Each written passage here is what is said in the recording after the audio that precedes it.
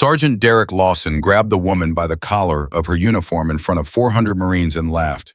"You don't belong here," he said loud enough for every soul on that field to hear. "Go back to your desk, sweetheart." The crowd fell silent, but not because they were shocked, because most of them agreed with him. They had no idea who she really was, and what was about to happen next would change every single one of them forever. If you're new here, welcome. Subscribe to our channel, hit that bell, and follow this story all the way to the end. Drop a comment below and tell me what city you're watching from. I want to see how far this story has traveled. Now let's begin. The morning she arrived at Camp Silverhawk, the fog was still sitting low over the training fields and the base smelled like diesel and wet earth and the kind of exhaustion that never fully goes away. It was a Tuesday. Nobody marked it on any calendar. Nobody set an alert. Nobody sent a welcome. She just appeared. One moment, the checkpoint was empty. The next, there was a woman standing at the front gate with a single field bag slung over one shoulder, a worn green notebook tucked under her arm, and an expression on her face that gave absolutely nothing away. She wore a standard-issue uniform, no decorations visible, no rank pins that would have caused anyone to stand up straighter. She handed her papers to the gate guard with one hand and adjusted the strap of her bag with the other, the way a person does when they've been traveling for a very long time and their shoulders remember every mile. The gate guard, a young corporal named Timms, looked at the papers. Then he looked at her. Then he looked at the papers again. "Captain Carter," he said, because that's what the paper said. "That's right," she said. "You're expected, ma'am." She gave him a look that was almost patient. "The orders are in your system. Check under Colonel Whitmore's authorization." Timms typed something into his terminal, squinted at the screen, typed again, and then nodded slowly the way people do when they find something they weren't looking for and aren't quite sure what to do with it. "Yes, ma'am, you're cleared." He paused. "Do you need an escort?" "No," she said simply and walked through the gate. He watched her go. Then he called his buddy at the motor pool and said, "Hey, you see that woman who just walked through main gate? Who do you think she is?" His buddy said, "No idea, probably some admin officer doing an inspection." "Yeah," Tim said it. "That's what I figured." And that was the end of it. Camp Silverhawk was not the kind of place that handed out second chances easily. It had been running Marines through its training cycles for over 30 years, and in those 30 years, it had developed a personality, hard, unforgiving, efficient, and deeply proud of itself. The base had its rituals, it had its hierarchies, it had its legends, and at the top of all of them stood Sergeant First Class Derek Lawson. 16 years in the Corps, 3 overseas deployments, 2 letters of commendation, 1 reputation that preceded him into every room he entered. Lawson was 41 years old, built like a man who had spent his entire adult life refusing to slow down, with a jaw that looked like it had been carved from something harder than bone and eyes that had the particular quality of someone who has learned to see weakness in people before those people are even aware they have it. He ran his unit the way a surgeon operates, with total precision, zero sentiment, and the absolute belief that his methods were the only methods that worked. His Marines feared him. Most of them would not have admitted that, because in the Corps, fear is something you're supposed to have already converted into fuel. But in the quiet of the barracks, in the spaces between one drill and the next, the truth lived. Sergeant Lawson's approval was something you chased not because you wanted it, but because the alternative was a kind of public humiliation that stayed with you for months. He had broken 3 recruits in the past year. Not broken in the way the Corps was designed to break people, the controlled, purposeful kind of breaking that remakes a person into something stronger. No, broken in the other way, the kind where a young Marine stops raising their hand, stops asking questions, stops believing that their instincts are worth trusting. Lawson didn't see it that way. He would have told you honestly and without apology that he was producing results. And he was right on paper. His unit's performance numbers were outstanding. Their physical scores were at the top of the base. Their tactical drills ran clean. Their discipline was visible and measurable. What was not visible? What was not measurable? That was a different story. But nobody had sent anyone to look at that story until now. Amelia Carter found her temporary quarters, set her bag down, and sat on the edge of the bunk for exactly 4 minutes. She did not unpack. She did not check her phone. She opened her notebook to a fresh page, wrote the date at the top, and beneath it wrote 2 words. She looked at them, then she closed the notebook. She had read the reports before coming. 12 pages of performance data, 8 pages of incident summaries, 3 pages of exit interview transcripts from Marines who had requested transfers in the past 18 months. The numbers all looked fine. The stories underneath the numbers told something entirely different. She had learned over the course of her career that the most important information in any organization was never in the official record. It was in the pauses, the hesitations, the moments when someone started to say something and then stopped because they remembered where they were. She had learned to listen for those pauses. She was very good at it. The first morning she showed up to physical training at 05:30 without being told. The unit was already assembled when she walked onto the field. Lawson was in the front running the warm-up calls, and he saw her coming from 50 yards away. He stopped speaking mid-count. Every Marine in the formation turned to look, because when Sergeant Lawson stops mid-sentence, you look. She walked to the edge of the formation and stood there. Lawson looked at her for a long moment. Then he said, "Captain Carter." He let the words sit in the air without any particular deference. The rank was an acknowledgement, not a respect. "You're welcome to observe." "I'd like to participate," she said. A ripple went through the formation. Someone in the back row later, it would turn out to be a Lance Corporal named Hayes, who would deeply regret this, made a quiet sound that was not quite a laugh, but was close enough to one. Lawson's expression didn't change. "This is a combat conditioning circuit, Captain. We don't modify it for observers." "I'm not asking you to modify it," she said. He looked at her for another long second, and something moved behind his eyes. Not respect, not quite, but a recalibration. Like a man adjusting the angle of his aim. "Fall in," he said. She did. The circuit that morning is designed to be brutal. That was not an accident. Lawson had built the conditioning program himself over 4 years of iteration testing and the firm belief that a Marine's real character doesn't reveal itself until they're standing on the other side of what they thought was their limit. 6 stations, 45 seconds at each. No rest between transitions. Repeat the circuit 4 times. Station 1 was a rope climb, a 20-foot rope that you were supposed to ascend and descend in a single fluid motion. Most of the junior Marines made it, but not prettily. One of the newer recruits, a kid named Dominguez, who had only been at Silverhawk for 3 weeks, took 11 seconds longer than the rest and came down with his hands shaking. Lawson said nothing to Dominguez. He didn't have to. The silence said everything. Amelia climbed the rope. She climbed it the way you climb a rope. When you've been climbing ropes for a long time, hands in the right position, legs working in rhythm, no wasted movement. She reached the top, touched the beam, came back down. She did not look at Lawson when she landed. She moved to the next station. A Marine named Reyes Dana. Ray is a corporal with 18 months in the unit and the kind of careful intelligence that made her both an excellent soldier and a perpetual target for Lawson's impatience watched from across the circuit. She told a fellow corporal named Marsh later that what struck her about Captain Carter wasn't how good she was, it was how quiet she was. "She didn't look around to see if anyone noticed," Reyes said. "She just did it." Station 2 was weighted lunges. Station 3 was a heavy bag combination sequence. Station 4 was a ground obstacle crawl under wire 25 meters.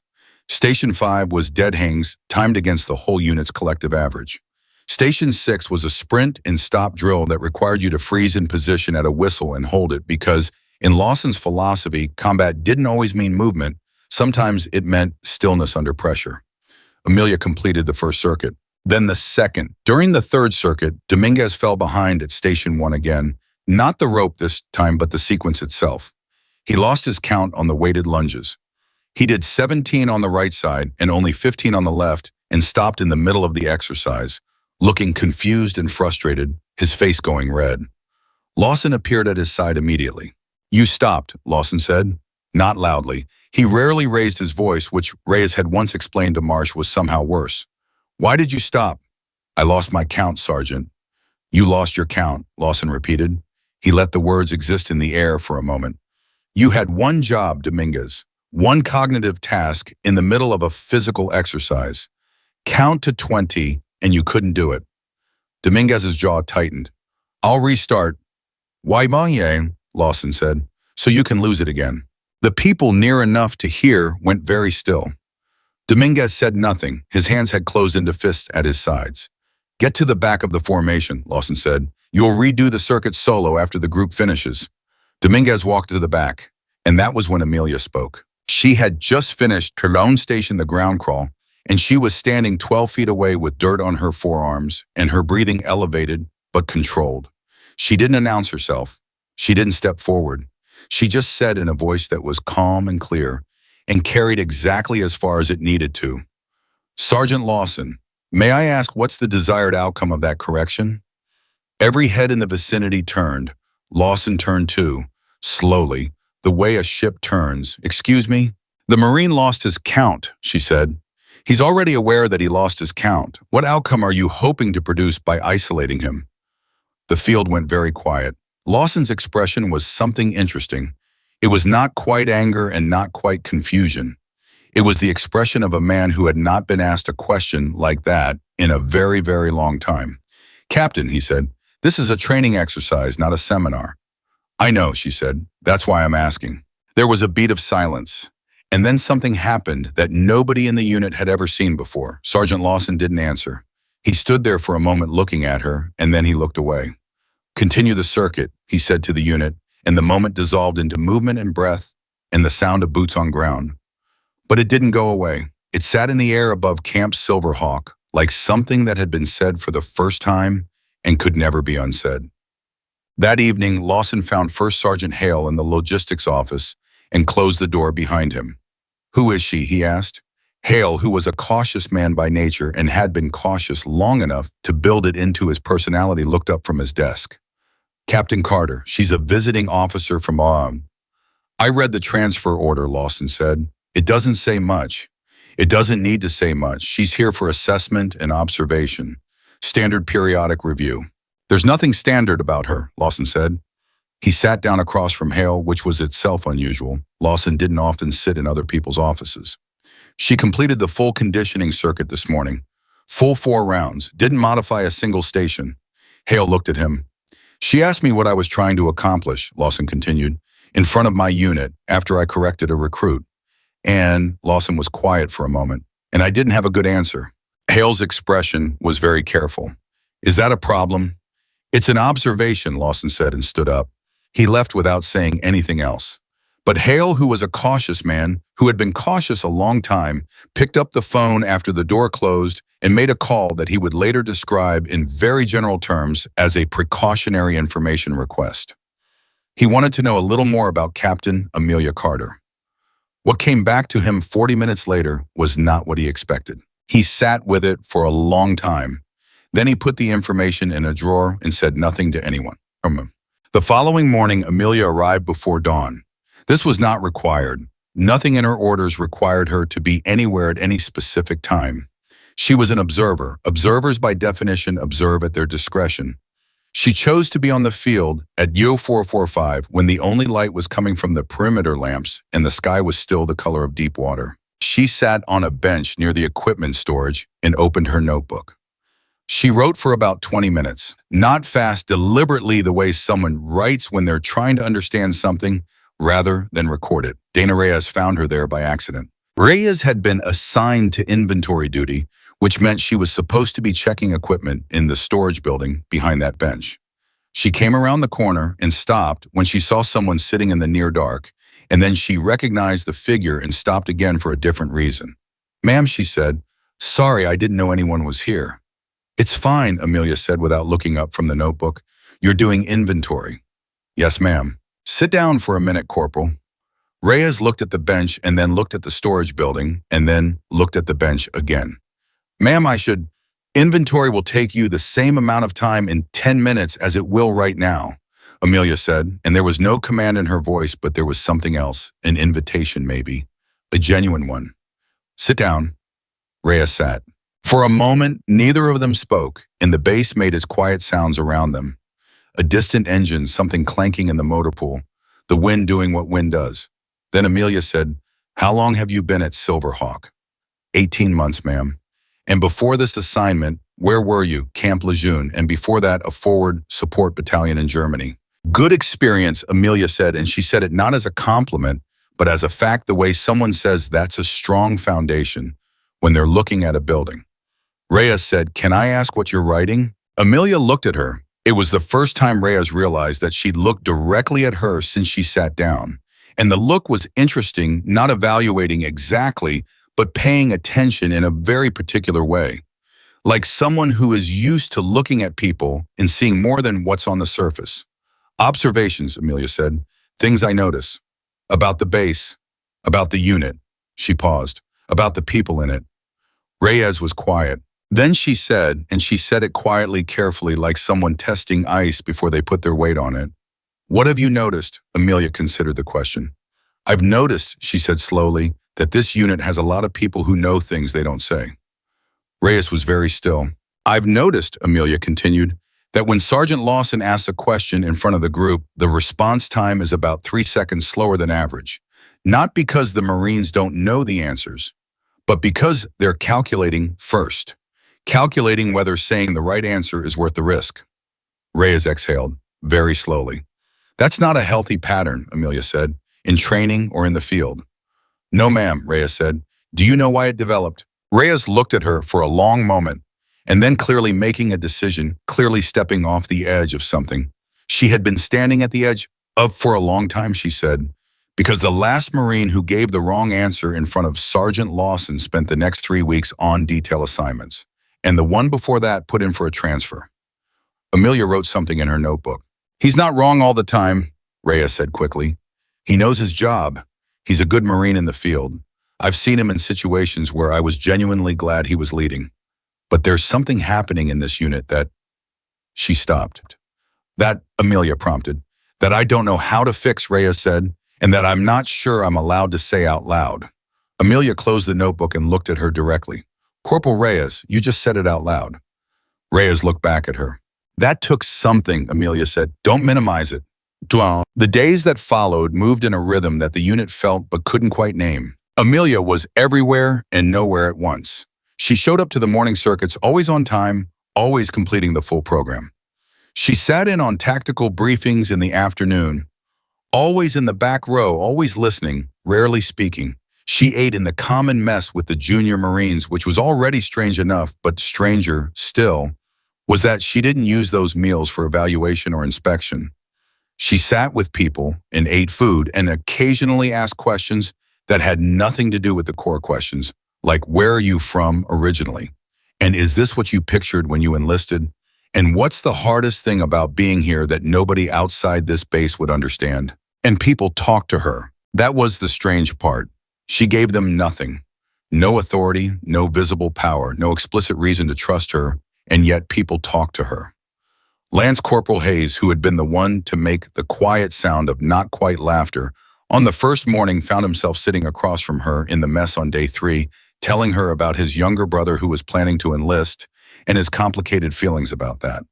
Sergeant Marcus Webb, who had 11 years in the Corps and was generally considered one of Lawson's most loyal lieutenants, mentioned one afternoon almost as an aside that he thought the squad leader selection process could use some transparency. Lawson heard about this. He always heard about things. He had built his awareness of his unit the same way he built everything else, systematically, thoroughly, and with the understanding that information was a form of control. He knew who was talking to Carter. He knew how often. He began to feel something that he would have refused to call discomfort, but that functioned like a low, persistent awareness, that something was shifting in his unit and that he was not the one shifting it. On day 5, he walked up to her after morning PT. "Captain Carter," he said. She looked up from her notebook. "Sergeant, I'd like to know," he said carefully, "what exactly your assessment is looking at." "General operational effectiveness," she said. "Unit cohesion, leadership dynamics. And do you have initial impressions?" She looked at him for a moment. "I have observations," she said. "I don't rush to impressions." I didn't like that answer. He didn't show that he didn't like it, but he didn't like it. "The unit's performance metrics are some of the strongest on base," he said. "They are," she agreed. "That should factor into any assessment." "It does," she said. Another pause. "Is there something specific you're concerned about, Sergeant Lawson?" she asked. He held her gaze. "I run a tight unit. That's what I was brought here to do. Some people mistake discipline for a problem when it's actually the solution." "Some people do," she agreed, and there was nothing in her voice that indicated she was one of them. which somehow made it worse. My Marines trust me, he said. She wrote something in her notebook. Did you have more questions? She said without looking up. He stood there for 2 full seconds. Then he walked away. It was on day 7 that Lawson made the mistake that changed everything. It wasn't a big mistake at first. That's how the most important mistakes usually begin, small enough to seem manageable, far enough from the edge that you don't realize you're already falling. They were running a tactical exercise in the afternoon. A simulated scenario, a patrol hum separated from its unit communications were down, and the team needed to navigate back to base using only what they carried and what they knew. It was a classic exercise one Lawson had run dozens of times, and he had structured it specifically to test decision-making under resource scarcity. He assigned Amelia to Team 3. Team 3 included Dominguez, who was still working his way back from the public correction at Station 1 and 2 newer Marines, Garza and Okonkwo, who were technically competent but still finding their footing in the unit's hierarchy. Lawson, watching from the observation point, expected Team 3 to perform adequately, but not exceptionally. He expected Amelia to take charge. He had half decided to use whatever she did as material for a point he wanted to make about experience versus position.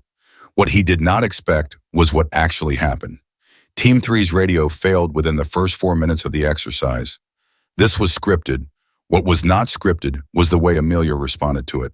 She didn't take command. She gathered the team in a loose circle and said, "Radio's out. We're 2 miles from base. What do we do?" Dominguez looked at her. Garza looked at Dominguez. Okonkwo looked at the trees. "Standard protocol is to," Dominguez started. "I know the standard protocol," she said. "I'm asking what you think we should do, right now, with what we have." A beat. "High ground," Okonkwo said suddenly. He said it like he was surprised to hear himself say it. "Get to high ground. We can get visual reference points from elevation, figure out our position relative to the ridgeline." Amelia looked at him. "Why does that work?" Okonkwo blinked. "Because the ridgeline runs roughly north-south, and if we can see it, we can orient ourselves without GPS. "Good," she said. "Lead the way." Okonkwo stared at her.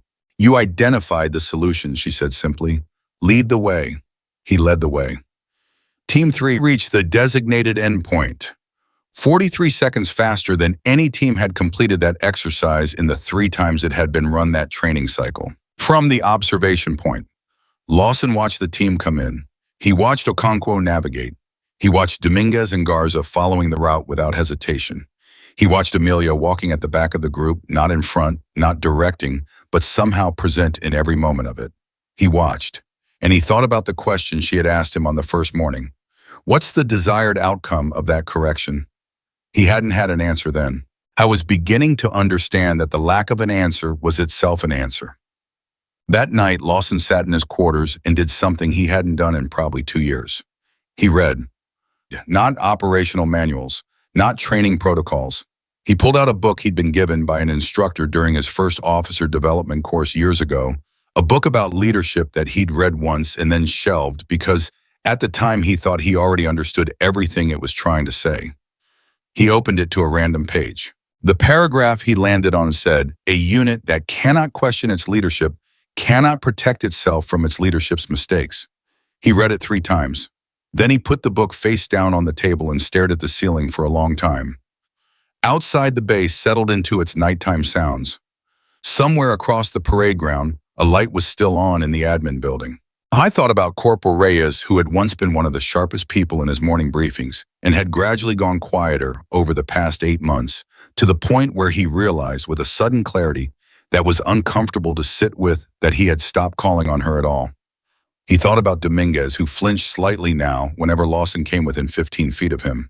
I thought about the 37 Marines under his command who ran clean circuits and drilled perfect tactics and had completely stopped telling him when something wasn't working. He lay down on his bunk. He didn't sleep for a very long time. So, the next morning started like all the others. Cold air, low light, the base assembling itself out of darkness into something functional and purposeful. Amelia was on the field before anyone else. She was standing in the middle of the parade ground, just standing there looking east where the sky was beginning to shift from black to a kind of deep bruised blue.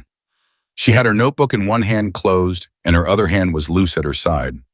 Lawson came onto the field at 5:10 and saw her. He stopped. He thought about walking the other direction. Instead, he walked toward her. She heard him coming. She heard everything. He had already noticed that, and she didn't turn around. She just waited. He came to stand beside her, not quite next to her, a few feet of space, both of them looking east. I read something last night, he said. She said nothing. Something about leadership, he said. I've read it before, years ago. I thought I understood what it meant. Did you? She said. No, he said. I didn't. A long quiet. I've been doing this for 16 years, he said. I've produced results, real results, the kind that matter in the field when things go wrong and people need to know what to do. What to do? That's true, she said, but I've also, he stopped. Tried again. There are people in my unit who, he stopped again. She waited. She was very good at waiting. Who I've made smaller, he said finally, instead of larger. That's not, he exhaled. That's not what I meant to do. She turned and looked at him for the first time since he'd walked up. I know, she said. He looked at her, and something in his face for the first time since she'd arrived was open. Just slightly. Just enough. What do I do? He said. It was possibly the hardest question Derek Lawson had asked in 16 years of service. She looked at him for a long moment. Ask them, she said. The same question you just asked me. Ask your Marines what they see. Ask them what they know. Ask them what they've been too afraid to say. He was quiet. They'll tell you, she said. They've been waiting. The sky was turning gold at the edges now. Around them, the base was waking up, boots on ground engines, turning over, voices starting to find each other across the morning air. He said, "Who are you really?" She smiled. It was the first time he'd seen her smile. It was not a triumphant smile. It was not the smile of someone who has won something. It was quieter than that, older. The smile of someone who has learned that understanding arrives on its own schedule, and there is very little you can do to rush it. I'm someone who knows what this unit could be, she said, if it chose to. She turned and walked toward the assembly area. He stood there in the growing light, and for the first time in a very long time, Sergeant Derek Lawson let himself wonder if he had been wrong, not just about her, about everything. The day that followed would not be calm, because Lawson's doubt was a private thing, and private things in a place like Camp Silverhawk have a way of becoming public without warning. And the confrontation that had been building since the moment Amelia Carter walked through that gate, the one that would silence every voice on the field and bring military vehicles rolling across the parade ground and cause a general to step out and do something nobody present had ever seen. A general do that confrontation was only hours away. Something was coming. The Marines of Camp Silverhawk didn't know it yet, but the woman with the notebook knew. She had known since she walked through the gate. She had been waiting for it. Because sometimes before a thing can be repaired, it has to break completely. And she had seen enough broken things to know that breaking is not always the end. Sometimes it is the beginning. The morning briefing on day 8 started at 0600, same as always. Same room, same rows of folding chairs, same whiteboard at the front, with the day's training schedule written in Lawson's precise angular handwriting. Everything looked the same, but something in the air was different. And the Marines who had been at Silverhawk long enough to trust their instincts felt it without being able to name it. Lawson walked in at 0559, 1 minute early, which he always was. He stood at the front of the room and looked out at his unit and said nothing for the first 4 seconds, which he also always did. The ritual of it was supposed to be grounding a signal that whatever was happening outside that room was now secondary to what was happening inside it. But this morning, his eyes moved to Amelia before they moved anywhere else. She was in the back row, same seat she always took. Notebook open on her knee, pen resting on the page. She wasn't looking at him. She was looking at the whiteboard reading the schedule, and her expression was perfectly neutral in the way that a blank page is neutral, full of potential, committed to nothing yet. He looked away. Today's schedule, he said, land navigation exercise in the morning. Tactical communication review in the afternoon. Squad leader evaluations at 600. Let's talk about expectations. He talked about expectations for 7 minutes. When he finished, he said, questions. The room was quiet. It was always quiet at this moment. The Marines had learned over months that questions in Lawson's briefings were not really invitations. They were tests. You raised your hand and you'd better have a good reason. And the definition of a good reason was whatever Lawson decided it was, and that decision was never made entirely in your favor. So nobody raised their hand. Lawson said, dismissed. Everyone stood. Amelia didn't move right away. She wrote something in her notebook, finished the sentence, capped her pen, and then stood. She was the last person out of the room, and as she passed through the door, she paused for just a moment and looked back at the whiteboard. Then she walked out. Lawson watched her go. He stood alone in the empty briefing room for a moment, and the question he had asked her that morning, the one she had answered with, "ask them," sat inside him like a stone he was trying to figure out what to do with. He hadn't asked anyone anything yet. He wasn't sure he knew how. The land navigation exercise began at 0730, and it ran the way these things always ran at Silverhawk, efficiently, precisely, with Lawson moving between teams at intervals that were perfectly calculated to keep everyone slightly off balance. He arrived at each checkpoint before any team expected him, which meant no team ever had a moment to relax, which was the point. In Lawson's philosophy, relaxation in training was a luxury that cost you in the field. Team 2 was making good progress when Lawson caught up with them at the second checkpoint. He checked their navigation log, corrected the pace count on their map marking, and was about to move on when a young Marine named Finley said something. Finley was 22 years old. He had been at Silverhawk for 6 months. He was not by any standard measurement one of the unit's stars. He was middle of the pack in physical performance, solid but unremarkable in tactical exercises, and had the particular quality of someone who was working very hard to figure out exactly where the line was so he could stand just behind it and never cross it. What Finley said was, "Sergeant, can I ask why we're logging pace count manually if we're also using the terrain markers? Aren't they redundant?" The team went very still, the kind of still that happens when someone reaches for something they're not sure is stable. Lawson looked at Finley. Finley, to his credit, did not look away, though his jaw tightened in a way that suggested he was bracing for something. 3 days ago, Lawson would have already been speaking. The response would have been immediate, and it would have been sharp. You log what you're told to log, Marine. The redundancy is a safety measure against exactly the kind of thinking that gets people lost. His voice would have been controlled. His words would have been precise.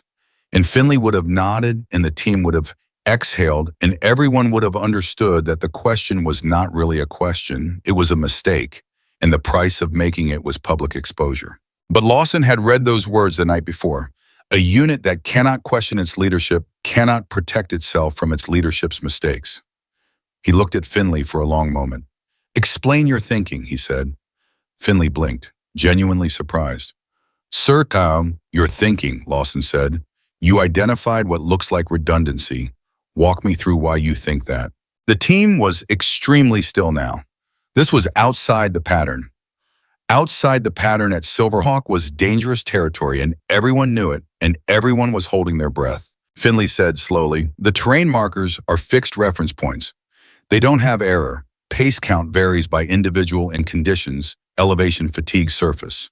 So if you have the terrain markers, the pace count is adding a layer of data that can actually contradict the accurate data and create confusion rather than clarity."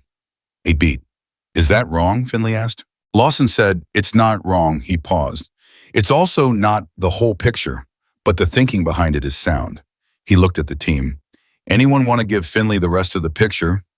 Nobody spoke for a second. The pattern was broken, and they didn't know what the new pattern looked like yet. Then a Marine named Torres said carefully, "The pace count is for when the terrain markers can't be reached or verified. In low visibility or under fire, you can't always confirm the fixed markers. The redundancy is a contingency, not a cross-check." "Right," Lawson said. And then, because the words were difficult, and he said them anyway, "Finley, good question. That's exactly the kind of thinking you should be doing." Finley stared at him. The team stared at him. Lawson moved to the next checkpoint. Behind him, he heard the faintest sound, not quite a reaction, just a release of breath, like something that had been held for a very long time, finally letting go just a little. He kept walking. He did not look back, but he felt it. The afternoon brought the tactical communication review, which was Lawson's domain in a way that felt almost personal. He had designed the communication protocols for the unit over 2 years, refining them through every training cycle, and they were by objective measure excellent. Clear, efficient, scalable, the kind of protocols that worked. What had not been reviewed in the development of those protocols was whether the Marines using them actually understood why they worked.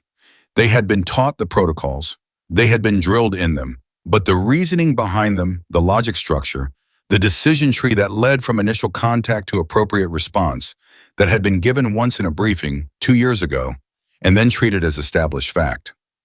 Amelia sat in the back of the room during the communication review. She said nothing for the first 40 minutes. Sergeant Webb was leading the review. He knew the protocols as well as anyone, and he ran through the checklist with the kind of smooth, practiced efficiency that looked like mastery. The Marines responded at the right times. The correct answers were given. Everything moved. Then Webb asked the group, "Contact Protocol Alpha, what's step 3? 12 voices said in almost perfect unison, "Confirm identity of source before escalating to command." "Good," Webb said. "And why one voice, just one, a Lance Corporal named Park?" "Because false contact reports generate command response that can compromise overall unit positioning." "Correct," Webb said and moved on. Amelia wrote something in her notebook. At the end of the session, when the room was filtering out, she stopped Webb at the door. "Sergeant Webb," she said. He turned. "Ma'am, step 3, she said. One person answered why. He looked at her. "One person out of 14, she said. The rest knew what?" "Nobody knew why." "Is that a pattern you have noticed?" Webb was quiet for a moment. He was a careful man. Lawson's reliability, loyal in the specific way that people are loyal when they believe in someone genuinely, not just strategically. But he was also intelligent, and intelligence, when it's genuine, cannot look away from accurate observations indefinitely. "I've noticed," he said slowly, "that the unit drills very clean." "That's not what I asked," she said. Another moment. "Yes," he said, "it's a pattern." She nodded. "Thank you, Sergeant." He walked out. He thought about that conversation for the rest of the afternoon. The squad leader evaluations at 6600 were where things began to come apart. Not all at once, not in a way that was immediately visible. But the cracks were there, and Amelia had been looking for them, and she found them in the space of 90 minutes with the kind of methodical patience that comes from knowing exactly what you're looking for. The evaluations were structured interviews. Lawson sat across from each squad leader and ran through a series of questions about unit performance, individual, Marine development, and tactical readiness. It was supposed to be a dialogue. In practice, it functioned more like a deposition. Lawson asked. The squad leaders answered. The answers were correct. The dialogue was absent. Amelia was permitted to observe. She sat to the side, angled so she could see both Lawson and whoever was being evaluated. The first 3 evaluations went exactly as she expected. Staff Sergeant Morris, Sergeant Caldwell, Corporal Ibarra, each one came in, sat down, answered the questions, and left. Their answers were accurate, prepared, and completely devoid of anything that hadn't already been sanitized through the filter of what Lawson wanted to hear. Amelia watched Lawson's face during each one. I wasn't detecting it. He was listening to the words and evaluating their correctness, and the words were correct, and so he was satisfied. He was not listening for the absence of something he was not trained to. The 4th evaluation was Corporal Reyes. Reyes sat down across from Lawson with the same careful expression she always wore in his presence, composed, professional eyes slightly more guarded than her actual intelligence required. She had talked to Amelia. She had said things out loud that she had never said to anyone else at Silverhawk. And now she was sitting across from the man she had said them about, and the weight of that was visible if you knew where to look. Amelia knew where to look. Lawson said, Reyes, walk me through your squad's current development priorities. Reyes said, physical conditioning is on track. Navigation scores have improved by roughly 11% over the last cycle. Communication drills are, what about Dominguez? Lawson said. Reyes stopped. He's struggling, Lawson said. I want your assessment. He's improving, Reyes said carefully. Is he? Yes, Sergeant. He lost his count during the conditioning circuit, Lawson said. That's a basic function. He hasn't lost it since, Reyes said. He's been working extra sets on his own time, before PT and after. Extra sets won't fix a focus problem. Reyes looked at him. Something moved in her face, something she controlled, but not quite fast enough. I don't think it's a focus problem, Sergeant. The room got very quiet. Lawson's posture didn't change, but his attention sharpened. What do you think it is? This was the moment. Amelia could see Reyes calculating it in real time, the same calculation she made every morning. The same one every Marine in this unit made a dozen times a day. The calculation of what was safe to say versus what was true. Reyes said, I think Dominguez is working hard and doing well, and I think he's also carrying something that's making it harder than it needs to be. And I think part of that is on the unit environment, not on him. The silence after that was very loud. Lawson stared at her. Say that again. The unit environment, Reyes said, and her voice was steadier than she felt Amelia suspected. Can either add weight or remove it. Right now, for some Marines, it's adding weight. And that weight shows up as errors under pressure. Not because they're lacking, but because they're carrying too much before the pressure even starts. Lawson was very still. Reyes held his gaze. You asked for my assessment, Sergeant. That's my assessment. Another long moment. Then Lawson said quietly, dismissed. Reyes stood. She walked to the door. Her hand was on the handle when Lawson said Reyes. She turned. That was honest, he said. She looked at him. I'm not sure it was correct, he said, but it was honest. She left. Amelia wrote in her notebook. Lawson looked at her. You're going to write something about that. I write about everything, she said. What are you going to write? She looked at him. That a squad leader just told her commanding officer something true and difficult, and his first instinct was to question its accuracy rather than its value. She paused. And that afterward, he caught himself. He was quiet. That's progress, she said. Not as a consolation, as a fact. He looked at the door Reyes had walked through. She's right, isn't she? It was not quite a question. Yes, Amelia said. The word landed in the room like a stone in water. Quiet, but with rings that kept moving outward. He sat with it for a moment. Then he said, how do you fix something that's been building for 2 years? One conversation at a time, she said, starting with the ones that scare you. He exhaled, slowly, like a man who has been holding something very heavy and is only now deciding whether to put it down. I don't know how to do this differently, he said, and the admission cost him something. Amelia could see it, the particular discomfort of a person who has been defined by their competence for so long that acknowledging a gap feels like structural failure. You know how to learn, she said. You've learned everything else you know. This is the same. He looked at her. For the first time since her arrival, he looked at her without any of the armor. Just looked at her the way a person looks at someone when they're trying to decide whether trust is possible. Before he could say anything else, the door opened. It was First Sergeant Hale, and his expression was the expression of a man carrying news he didn't entirely understand. Sergeant Lawson, Hale said, you're needed at the command building. What for? Hale's eyes moved briefly to Amelia. Command wants a unit status briefing immediately. Lawson stood. Fine. He moved toward the door, then stopped.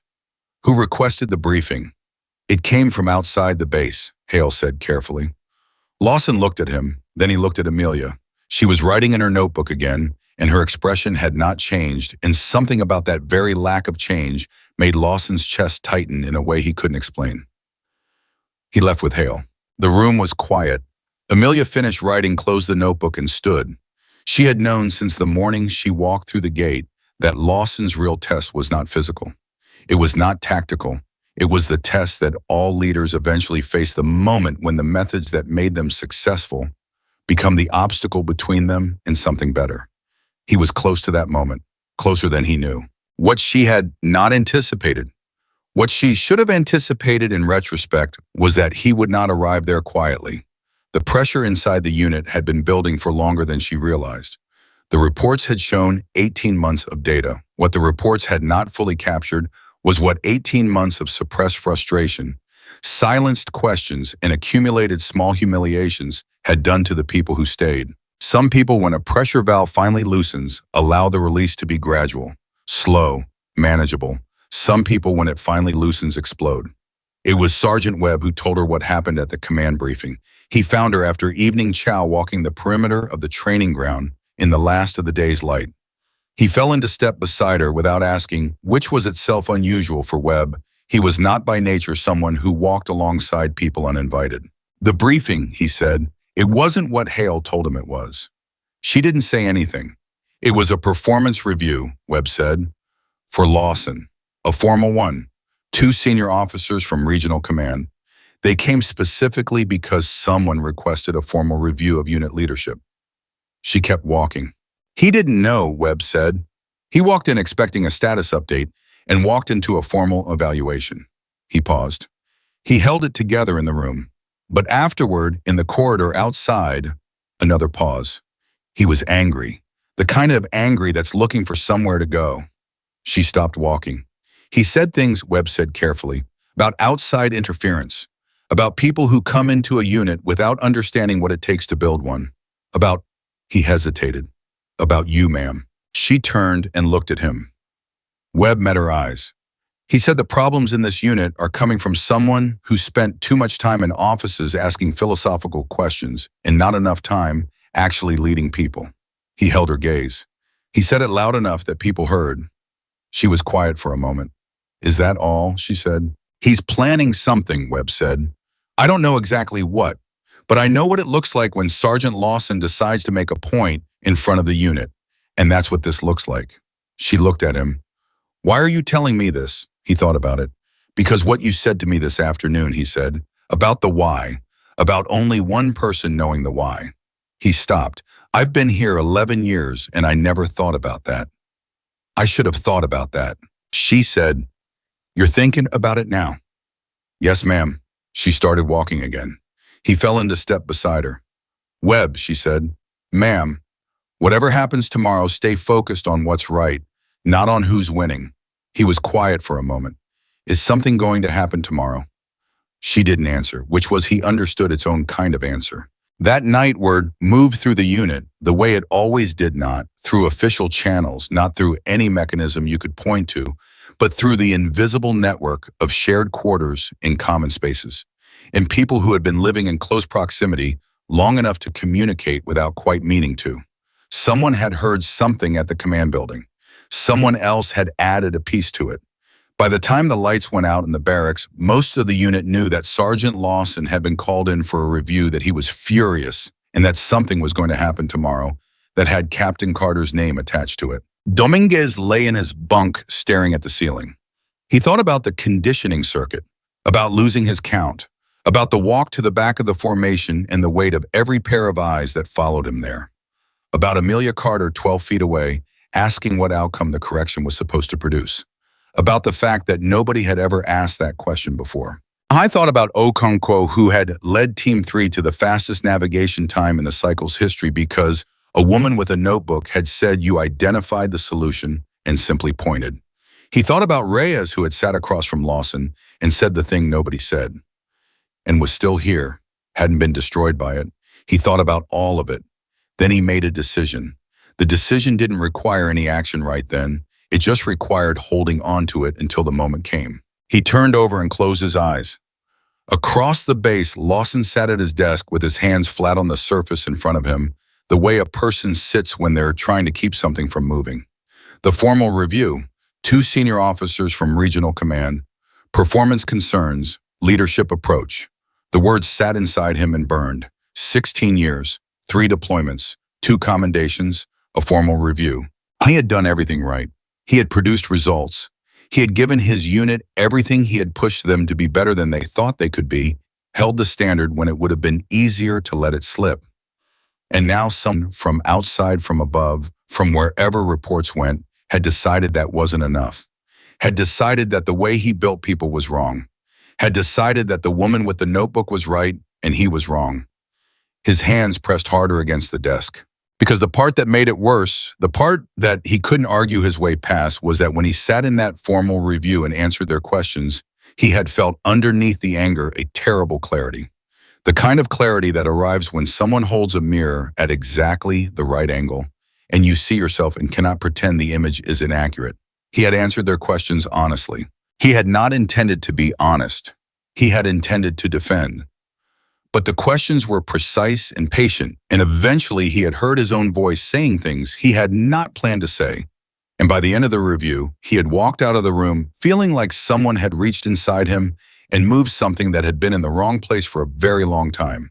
And then the anger came, because it was easier. He sat at his desk and felt the anger, and beneath the anger he felt the other thing, the thing that was harder to feel, the thing that didn't have a clean name. The thing that felt like being asked to become something different than what you've been and not knowing whether you can. He sat there for a long time. He was still sitting there when midnight passed. The next morning arrived with the particular quality of mornings that are about to become something larger than themselves, clear and ordinary on the surface, carrying everything underneath. Amelia was on the field at 0445. She had not slept much. She rarely slept much during assessments. There was always too much moving in her mind, too many threads to hold too much awareness of what was coming and whether the people involved were going to be all right on the other side of it. She thought about what Webb had told her. She thought about Lawson sitting in that review confronted by a mirror. She thought about what happens when a person who has built their identity entirely around a particular kind of strength is asked to consider that the strength might also be a limitation. She thought about the 37 Marines who had been living inside that particular limitation for months or years, who had gotten quieter, who had stopped raising their hands, who had learned to be smaller to survive in an environment that claimed to be making them larger. She opened her notebook. She wrote day 9. The structure is visible now. What happens next depends on whether the fracture goes through the foundation or around it. She looked at the words. Then she closed the notebook and waited for the sun. She didn't have to wait long before she heard boots on the ground behind her. More than one pair. She turned. Lawson was crossing the field toward her, and behind him were 6 Marines, not the full unit, just a selection. Dominguez was there. Torres, Finley, who had asked the good question yesterday, 2 others she recognized from the conditioning circuits, and Reyes. Reyes was walking slightly apart from the group, her expression careful and very alert. Lawson stopped 10 feet from Amelia. He looked different than he had in the 9 days since she'd arrived. Not smaller, Lawson was not capable of looking small, but something in the architecture of his posture had shifted. The certainty that had lived in every line of his body was still there, but next to it was something else now, something that complicated it. He said, I owe these Marines something. She waited. I'm going to do the thing you told me to do, he said. His voice was controlled, but underneath it was something raw and real that it hadn't had before. I'm going to ask them. He looked at her. I wanted you to be here. Something moved in her chest. It wasn't triumph. It was something quieter and more important than triumph. Then ask them, she said. He turned to face the 6 Marines standing behind him. They looked back at him. And Sergeant Derek Lawson, 16 years of service, 3 deployments, 2 commendations, a man who had not asked anything he didn't already know the answer to in longer than he could precisely remember, said the hardest words of his career. Tell me what I've been doing wrong. The field was very quiet. Dominguez was the first one to speak. He started slowly, the way you start when you've been holding something for a long time and you're not entirely sure it's safe to put down. But he started, and once he started, the words came, and they were real, and they were specific, and they were the kind of words that a person only says when they have finally decided that the truth is worth more than the safety of silence. Torres spoke next, then Finley, then 2 others. Reyes spoke last. What she said was quiet and careful and absolutely precise, and when she finished, nobody spoke for a long moment. Not even the wind seemed to move. Lawson stood in the middle of it and let it land. He didn't defend. He didn't reframe. He didn't find the angle that made what they were saying easier to hear. He just listened. And that single act of a powerful man choosing to listen instead of answer changed something in the air above Camp Silverhawk that morning. Something that couldn't be changed back. Something that had been broken for a long time had just very quietly begun. But beginnings are fragile things.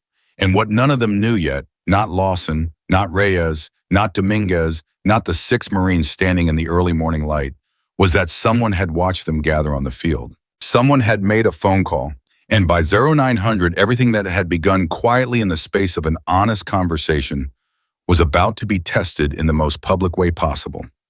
The phone call happened at 0730. Nobody knew who made it. That question would circle through the unit for days afterward, the way uncomfortable questions always circle loud in private, silent in public, never quite landing anywhere definitive. But someone had watched 6 Marines gather on the field with their sergeant and a visiting captain at a time that wasn't scheduled and wasn't authorized and wasn't part of any training protocol, and someone had decided that this needed to be reported. The report went to Lieutenant Colonel Graves. Graves was the base executive officer, and he was in the specific taxonomy of military personalities, a man who had built his career on the principle that order was sacred and deviation from order was by definition suspect. He had 32 years of service in the particular hardness of a person who had never once allowed himself to question whether the structure he operated inside was right or merely familiar. He believed in procedure.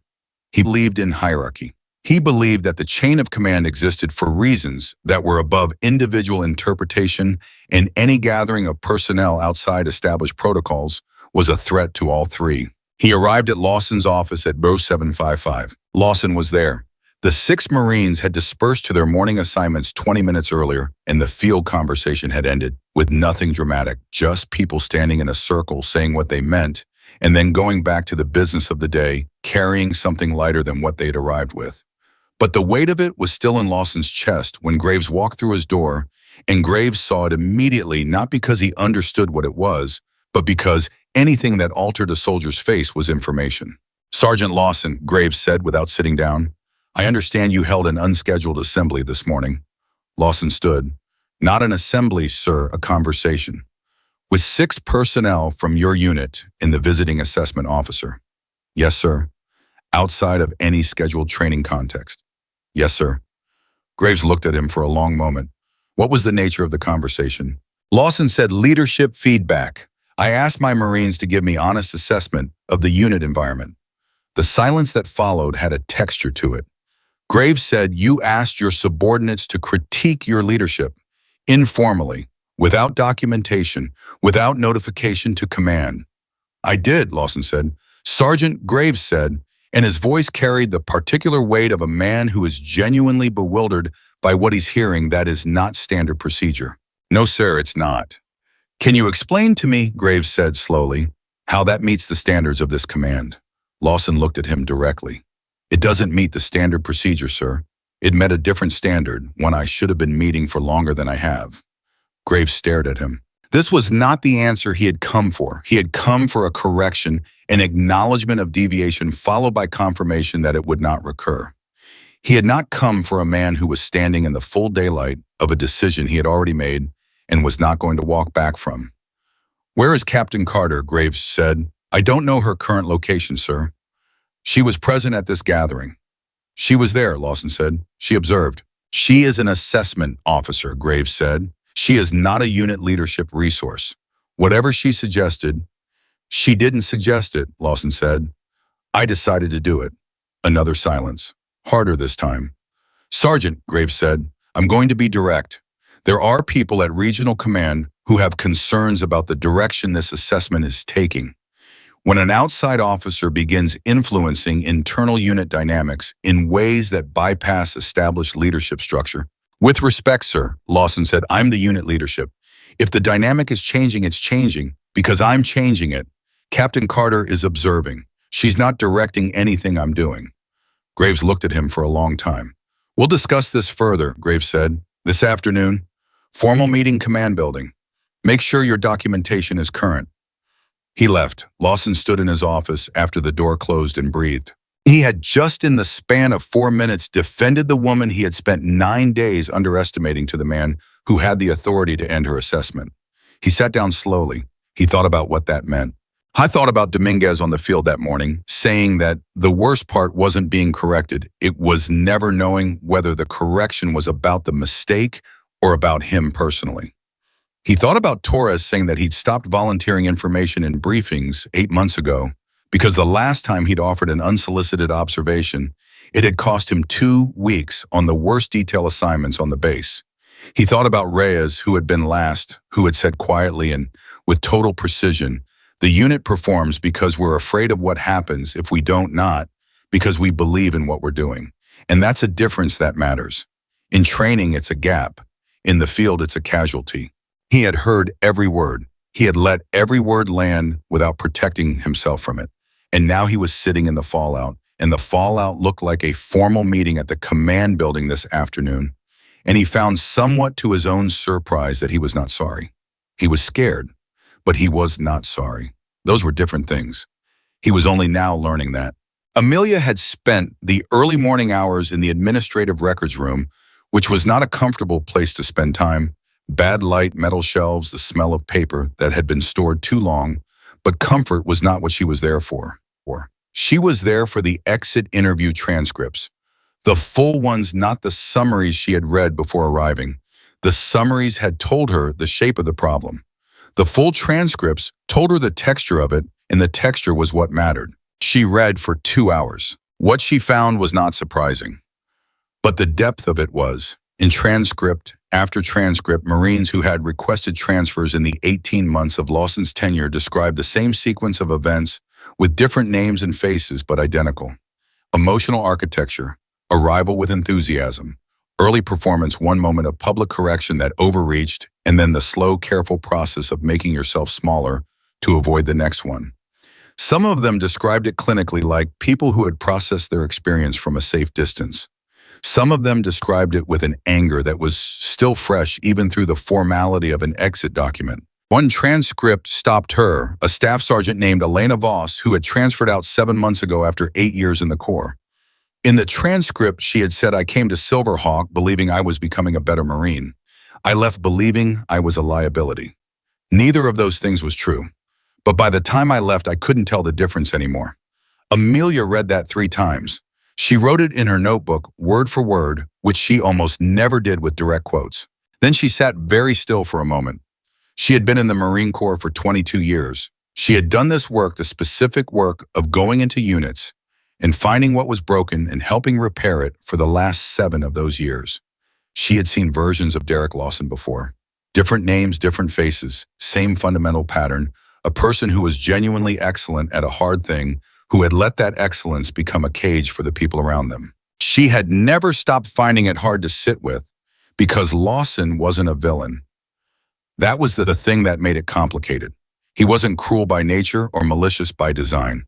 He was a man who had been rewarded consistently and specifically for a way of operating that worked perfectly on paper and damaged people quietly in the margins. And the system that rewarded him had never until now asked him to look at the margins. She closed the transcript folder. She had what she needed. What happened next was going to be harder than anything that had come before. She was almost certain of it.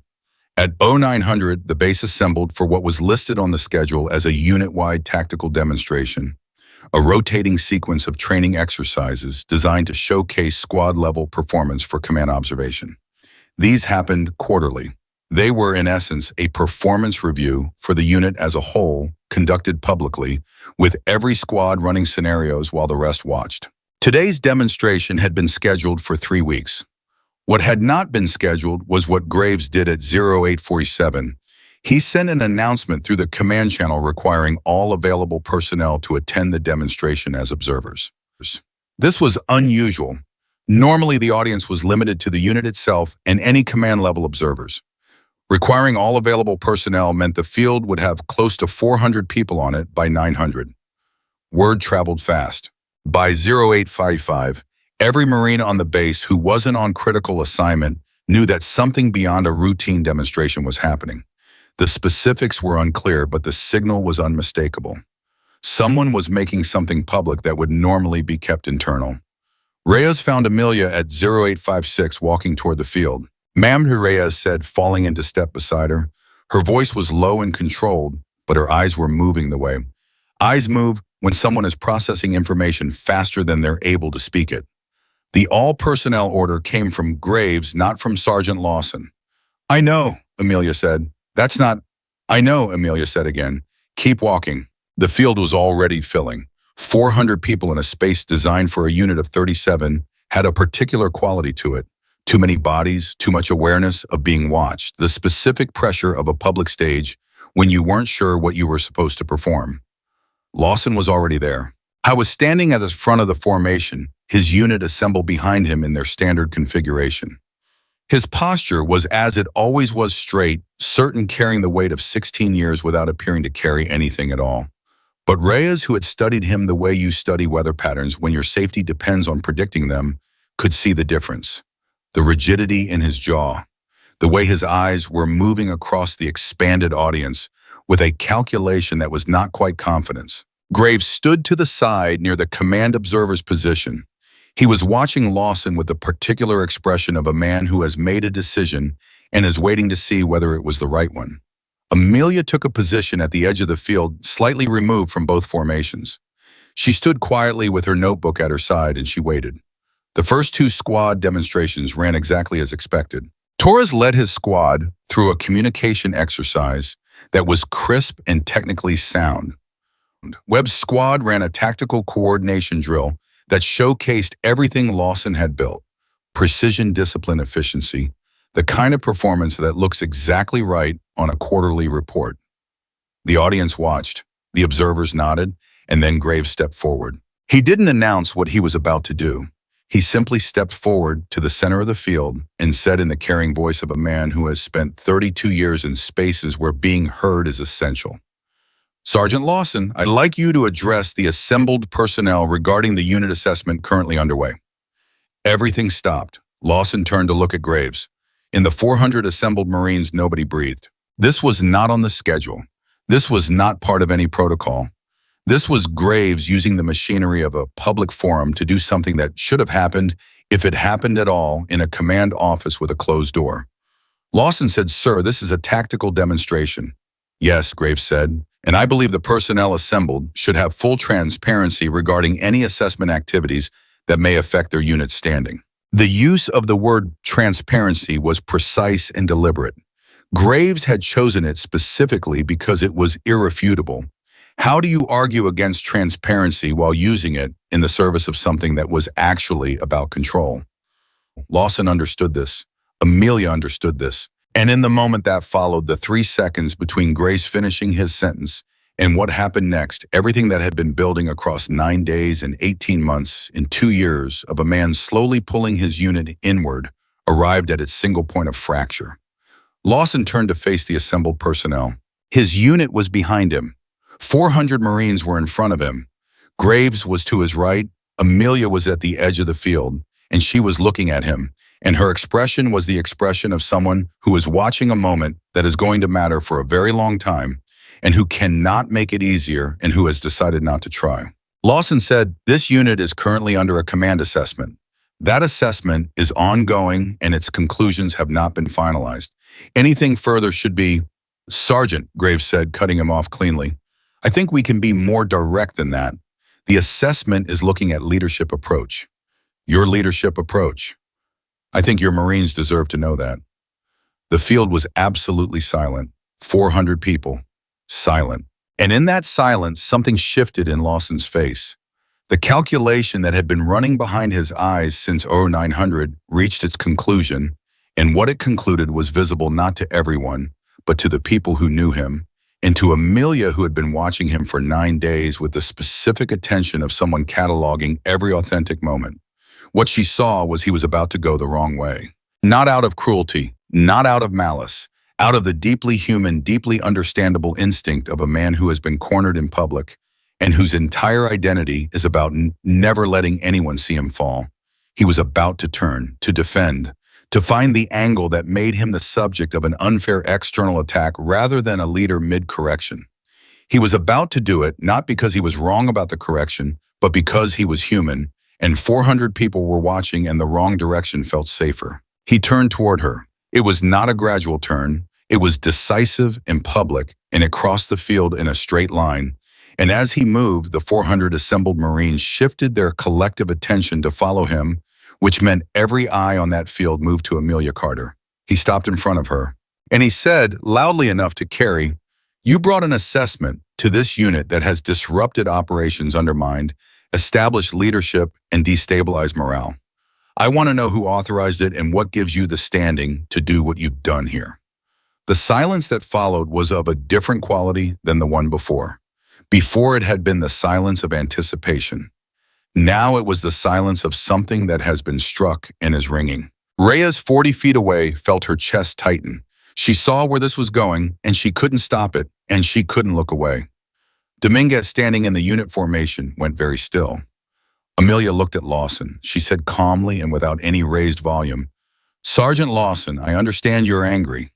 "I'm asking you a direct question," he said. "You're asking it in a way that's designed to diminish rather than clarify," she said, "and I think you know the difference." I took a step forward. The step was not physically threatening. He wasn't reaching for her, wasn't closing in, but it had the quality of a man asserting that the space between them was his to control.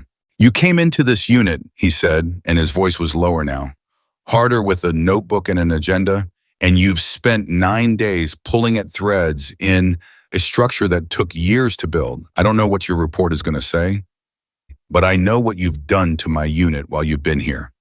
What have I done? She said. You've made them question everything. Yes, she said, I have. That's not leadership. That's destabilization. Sergeant Lawson, she said, and something in her voice had changed, not louder, not sharper, but different in a way that was hard to locate precisely, something like the sound of bedrock under moving water. A unit that cannot question its processes will not survive. The first moment those processes fail. You know that. You've been in the field. You know what it costs when people don't speak. He stared at her. You told 6 Marines this morning to tell you what you were doing wrong, she said. You stood there and you listened. I watched you. That was the hardest thing you have done since I arrived, and it was also the most important. And now you're standing in front of 400 people trying to make me the problem so you don't have to be the answer. The field was perfectly, completely still. He grabbed her arm. It was not a violent grab. It was the grab of a man who is used to physical contact as a form of emphasis and who did not in that moment think about what he was doing. Hand closed around her forearm, and he said, you don't get to. What happened in the next 4 seconds became the story that people told for a long time afterward. Amelia moved. She moved the way people move when movement has been trained into them at such a deep level that it bypasses conscious decision entirely smoothly, economically, with zero wasted motion. His grip on her arm became a leverage point. Her weight shifted. Her position changed. And in the span of 4 seconds, Sergeant Derek Lawson, 16 years of service, 3 deployments, 2 commendations, was standing on the field with his arm in a controlled hold that he could not break without significant effort and without hurting himself, and the woman he had grabbed was standing next to him in a posture that was almost apologetic in its efficiency. She had not raised her voice. She had not raised her hand. She had simply applied the kind of training that a person accumulates when they have spent 22 years in the Marine Corps, and the last 7 of those years moving through situations where physical confrontation was always a possibility. She held the position for exactly 3 seconds. Then she released him and stepped back. He stood there. His breathing was elevated. His face was something complicated. The 400 assembled Marines were not silent in the same way they had been before. This was a different silence, the silence of witnessing, of seeing something that realigned a prior understanding. Graves was staring at her, and then, from somewhere behind the crowd at the edge of the field, where the road that connected to the main entrance met the training area, the sound of vehicles. Military vehicles, multiple, moving with the particular purpose of a convoy that knows exactly where it is going. They pulled to a stop at the edge of the field. The doors opened, and the man who stepped out was not by any measure someone who appeared at quarterly tactical demonstrations at Camp Silverhawk. He was not part of the base hierarchy. He was not anyone Graves had called, or anyone Lawson had expected, or anyone in the 400 assembled personnel had any reason to anticipate. He was a general, 2 stars on his collar, an aide on either side, the particular posture of someone who had spent so long at the absolute apex of organizational authority that deference from others has become simply the atmosphere he moves through. He walked onto the field. Every spine in the vicinity straightened automatically, including Graves, including Webb, including every Marine present, regardless of their relationship to the moment they were standing inside. The general walked directly to Amelia Carter, and he stopped, and he saluted. Colonel Carter, he said. The sound that moved through 400 people was not a sound exactly. It was more like the sensation of a collective understanding reconfiguring itself. Like 400 minds simultaneously arriving at the same point from 400 different directions.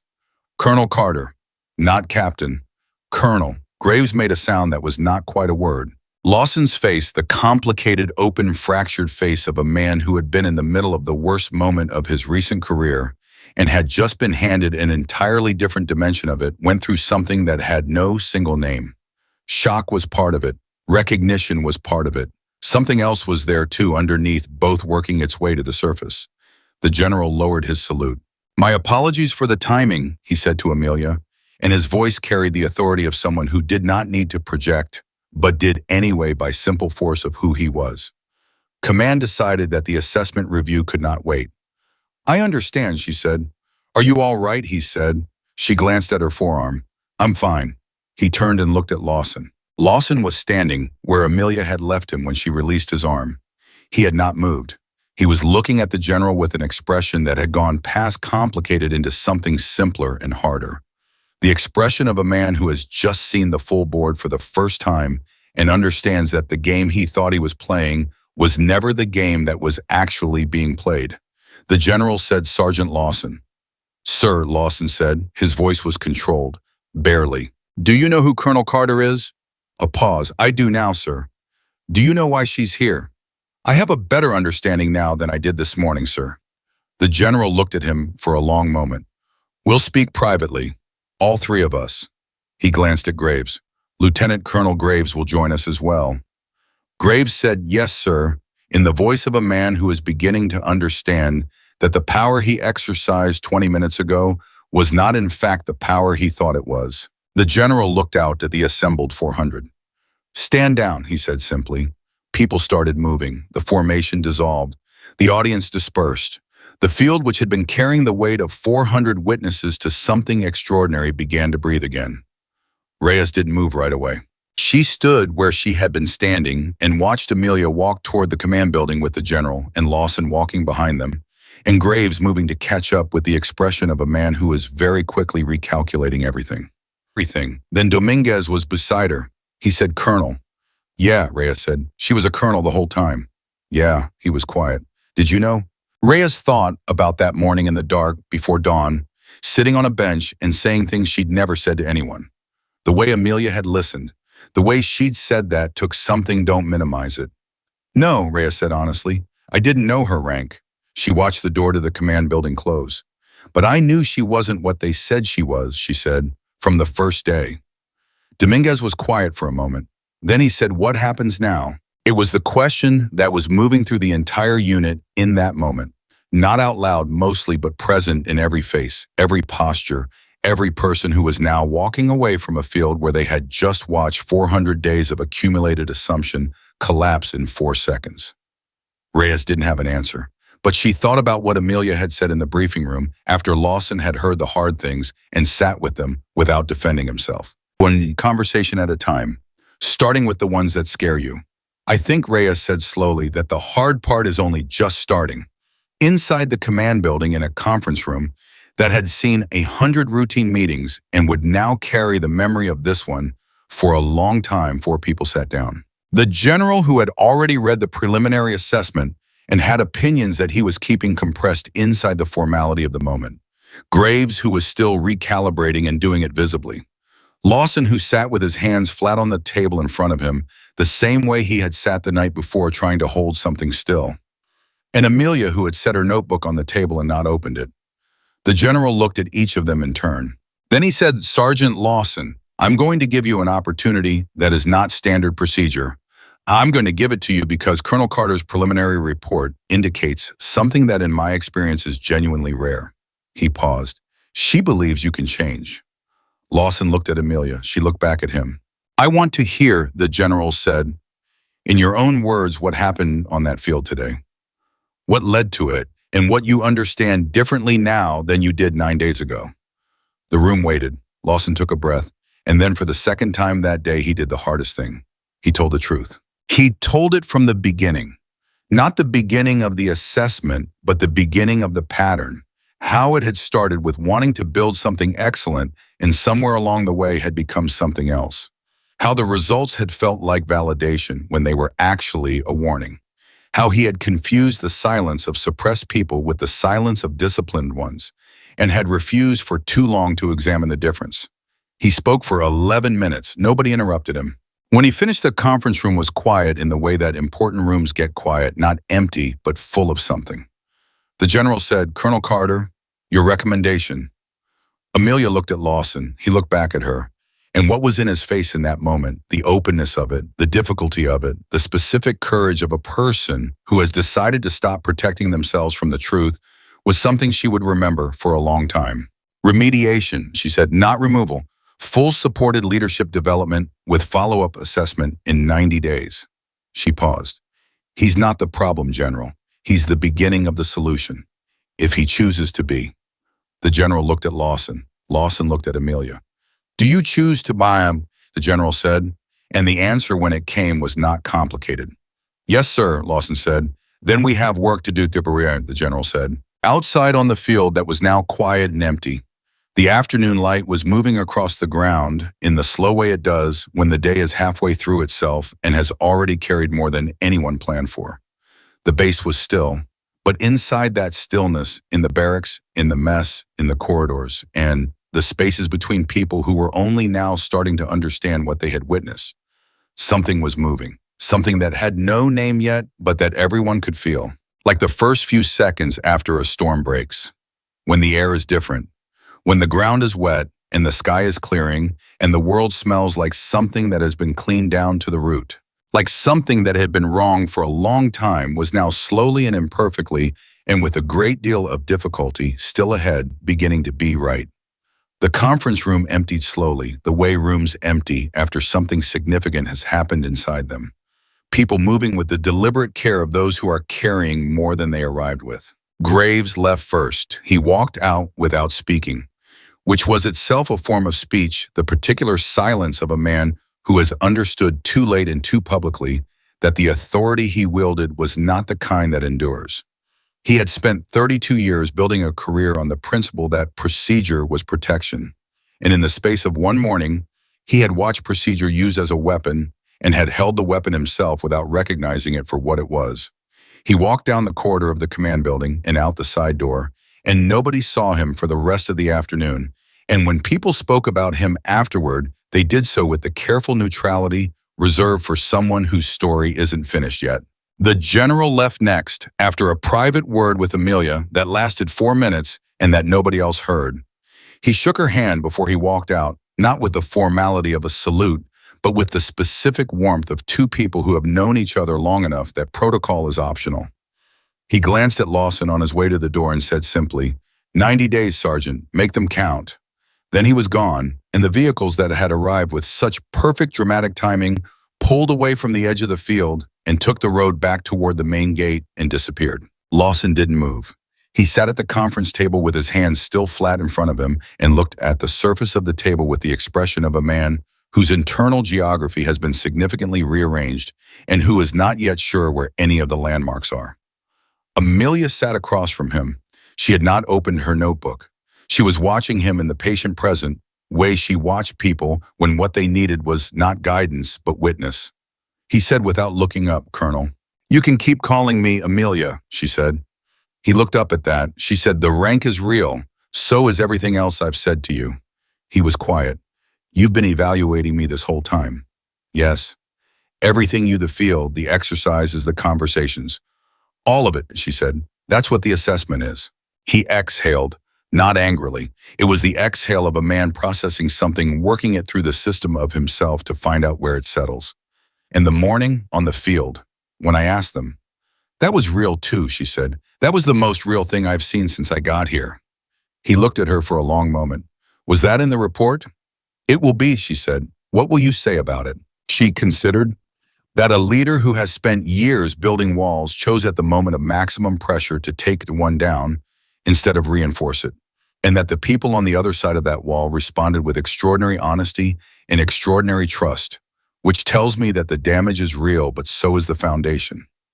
She paused, and that in my professional judgment, both things are worth saving. He was quiet for a long time. "I grabbed your arm," he said. "Yes." "In front of 400 people." "Yes." The weight of that sat between them. "I could have hurt you." "You couldn't have," she said. And there was no arrogance in it, just a fact delivered with the straightforwardness of someone reporting accurate information. But that's not the point. The point is that in that moment, under maximum stress and maximum public exposure, you made exactly the kind of decision that your unit has been making for 18 months. The decision to assert control when what the situation required was openness. She looked at him. "You felt it, didn't you? The moment you reached for my arm, you felt that it was wrong." He didn't answer, which was its own answer. That's the thing, Derek, she said, and the use of his first name, the first time in 10 days landed visibly. You know the difference. You've known it for a while. The gap isn't knowledge, it's courage. And today, even in the middle of it going wrong, you had more of that courage than you think. He looked at her with something complicated in his eyes. How do you do this, he said. Sit in rooms with people and see all of it and not, he stopped. Not what? Not judge them, he said. She was quiet for a moment. I judge people constantly, she said. It's my job. The difference is that I try to make sure my judgments are accurate instead of comfortable. She stood and picked up her notebook. Come on, there are 37 people on this base who need to see you walk back onto that field. He stood. Together, he said. Yes, she said. Together. The walk from the command building to the training field was approximately 200 meters. At any other time on any other day, it would have taken 3 minutes and meant nothing. Today it took 3 minutes and meant everything, because the unit was there. Not assembled in formation, not commanded into position. They were just there, grouped in the loose organic way of people who have been drawn somewhere by something they couldn't quite name. Some of them were sitting on equipment benches. Some were standing in pairs speaking quietly. Some were alone, but they were all present, and when Lawson came through the gate with Amelia at his side, every head turned. The unit looked at their sergeant. Lawson looked back at them. Webb was closest. He had his arms folded, his expression careful, giving nothing away, the posture of a man who has committed to withholding judgment until he has more information and is doing it rigorously. Reyes was standing near the center of the group, and when Lawson's eyes found her, she held his gaze directly, which would have been notable any other week and today felt momentous.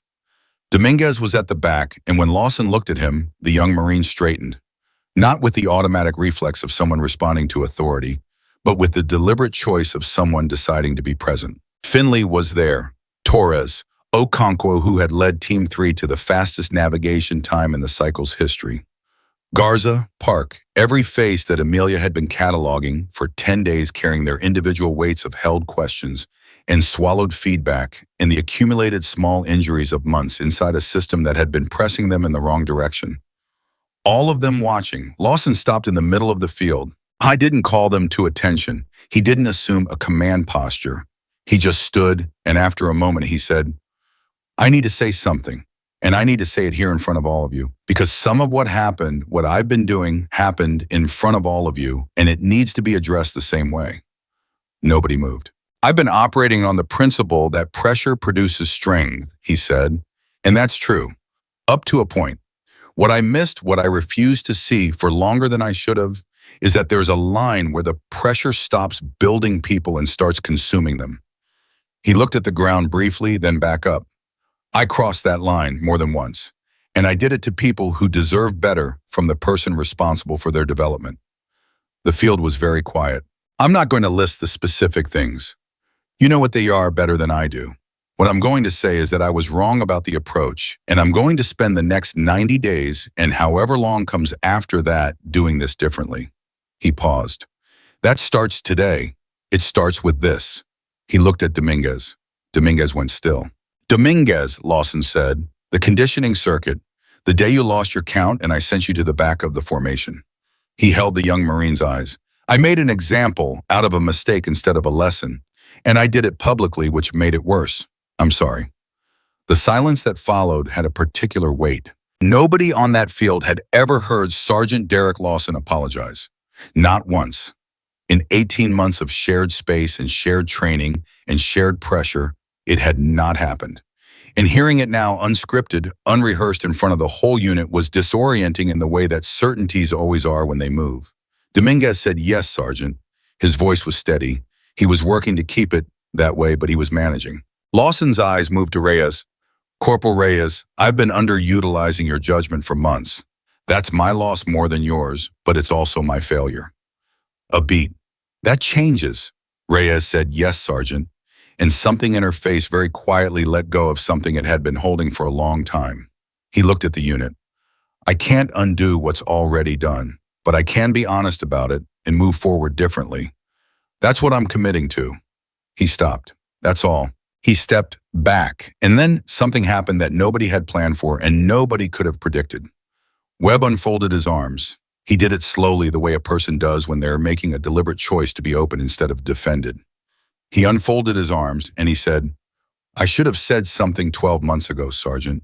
When I saw the pattern starting, I stayed quiet because it was easier. That's on me too. Another beat. Torres said, same. I saw it with two people who transferred out and I didn't say anything. Finley said, I almost put in for a transfer 3 months ago. I stayed because I thought maybe I was reading it wrong. One after another, not loudly, not with drama, just honestly the way people speak when someone else has gone first and made it possible. 7 Marines in 4 minutes, each one naming something they had held, something they had seen, something they had swallowed when they should have spoken. Amelia stood at the edge of the field and let it happen. This was the thing the reports couldn't capture. This was the thing that happened in the space between data points, the moment when a unit decided collectively, and without any order from above, that honesty was worth the risk. That the person in front of them had changed enough to be trusted with the truth. This was why the work mattered. This was why she did it. Lawson stood in the middle of all of it and absorbed it, and it was hard. She could see that it was hard, but he didn't flinch. He didn't redirect. He didn't protect himself with authority or procedure or any of the dozen mechanisms that were available to him and that he had used before. He stood there and he let it all be true. When the last Marine finished speaking, the field was quiet again, but it was a different quiet than any of the quiets that had lived at Camp Silverhawk before. It was the quiet of something that has been cleared rather than suppressed. Lawson said, thank you, all of you. He paused. Dismissed. People moved, slowly, in the organic, unstructured way of people who have just shared something significant and are carrying the texture of it with them. Amelia turned to go. Colonel, Lawson said. She stopped. When the assessment is done, he said, and you leave, he paused. What happens to the report? Who reads it? Regional commander, she said. Corp leadership, the relevant oversight bodies.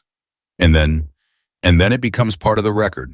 How units like this one are evaluated. Sometimes it informs how other units are assessed. He nodded slowly. So this matters beyond here. Everything like this matters beyond itself, she said. I was quiet. Then Elena Voss. She went still. I saw that name in your notebook, he said. You wrote something from her exit transcript. I recognized the name. She watched him. She was one of the best Marines I've ever worked with, he said. Honestly, she was exceptional, and she put in for transfer because... He stopped. His jaw tightened. Because of me. I knew it at the time, and I told myself she'd made the choice that was right for her. He looked at Amelia. I told myself that for 7 months. She said nothing. Can I? He paused. Is there a mechanism for me to reach out to her? Through official channels? To say something? Amelia said, I'll look into it. He nodded. He started to walk away. Derek, she said. He turned. The fact that you asked that, she said, is in the report too. He looked at her for a moment, then he walked away. The afternoon brought the thing Amelia had been waiting for since the general's vehicles pulled away from the field, the debrief with the formal assessment team, 3 people who had been on base for 6 hours without making themselves visible, and who now sat with her in a small conference room and went through 11 days of documented observations with the systematic attention of people who do this professionally. The lead assessor was a major named Holt, who had been doing field assessments for the Corps for 9 years, and who had the specific gift of holding the full complexity of a situation without collapsing it into a single clean narrative. He read through Amelia's notebook entries while she spoke. He asked good questions. He did not try to lead her toward predetermined conclusions. The second assessor, Captain Sato, focused on unit metrics, the quantitative side of the picture, the data that could be measured and compared against baseline. She had run the numbers 3 different ways and presented a picture that was by every numerical standard impressive. Performance scores, drill efficiency, physical conditioning benchmarks. On paper, Sato said, this unit is exemplary. Yes, Amelia said, but the paper doesn't capture what you've documented. No, Amelia said, it doesn't. Holt said the transfer rate, 18 months, 6 transfers. That's above average for a unit this size. Significantly, Amelia said, in the exit interviews. Tell a consistent story that the performance data doesn't show. Holt set down the notebook. Your recommendation is remediation rather than removal. Yes. Walk me through the reasoning. She had been thinking about how to say this for 2 days.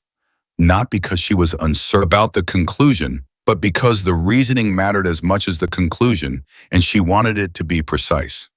Removal is the right call when the problem is character, she said. When someone is causing harm because of who they are rather than because of what they've been allowed to become. She paused. Lawson is not a damaged person. He is a skilled person who has been operating inside a system that rewarded the wrong things and never corrected course. The damage to his unit is real, but his capacity for self-correction is also real, and I've seen it in 11 days of direct observation.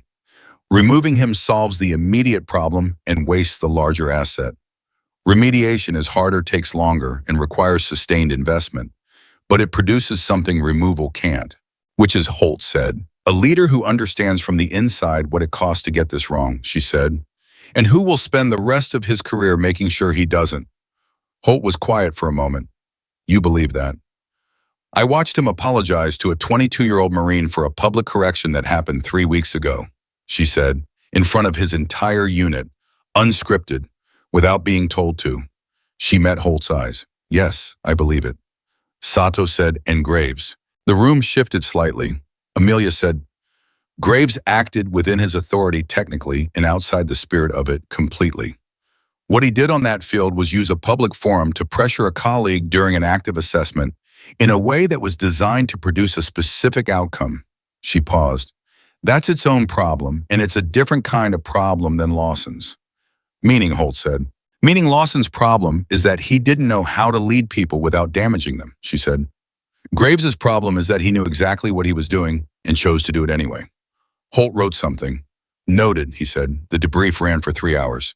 By the time it ended, the light through the window had gone from afternoon to early evening, and Amelia sat alone in the small conference room for a few minutes after Holt and Sato left, letting the quiet settle. She thought about the 11 days, the arc of them, the morning with the fong in the field bag, and the gate guard who had looked at her papers with confused eyes. The rope climb, the notebook, the bench in the dark before dawn with Reyes sitting beside her, saying things she had never said out loud. Dominguez losing his count and the weight that had landed on him in the silence after. Webb standing in a doorway with careful eyes and 11 years of loyalty beginning to look at itself honestly. The tactical exercise and Okonkwo suddenly believing the solution he'd already found was worth speaking. And Lawson, the whole complicated, difficult, real story of Lawson, from the man who had grabbed her arm in front of 400 people, to the man who had asked quietly and at personal cost whether there was a mechanism to reach Elena Voss. Both of those men were the same man. That was the thing that took the longest to understand and the most time to hold. The capacity for harm and the capacity for change were not opposites. They were neighbors. And what happened between them was always about choice. She picked up her notebook. She had one more thing to write. She wrote, the unit at Camp Silverhawk does not need a different leader. It needs its leader to become different. There is a distinction. The distinction matters. The work of transformation is harder than the work of replacement, and it is also more honest about what leadership actually costs and what it is actually for. She looked at the words, then she closed the notebook and stood. Outside in the corridor, First Sergeant Hale was waiting. She almost walked past him.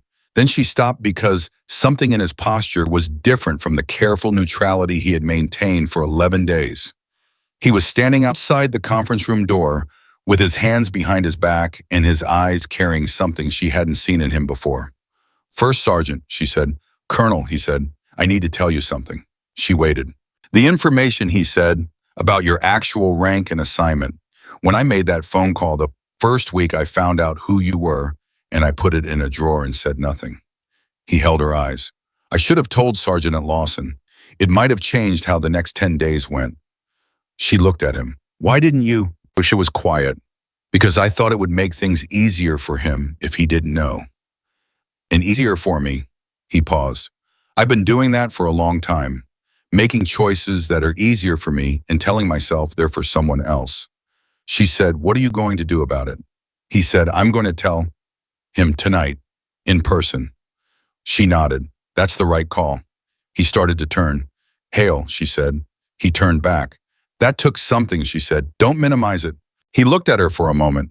Something moved in his face, a recognition maybe. the echo of words that had moved through this unit over 11 days and landed in places nobody had expected. He nodded once.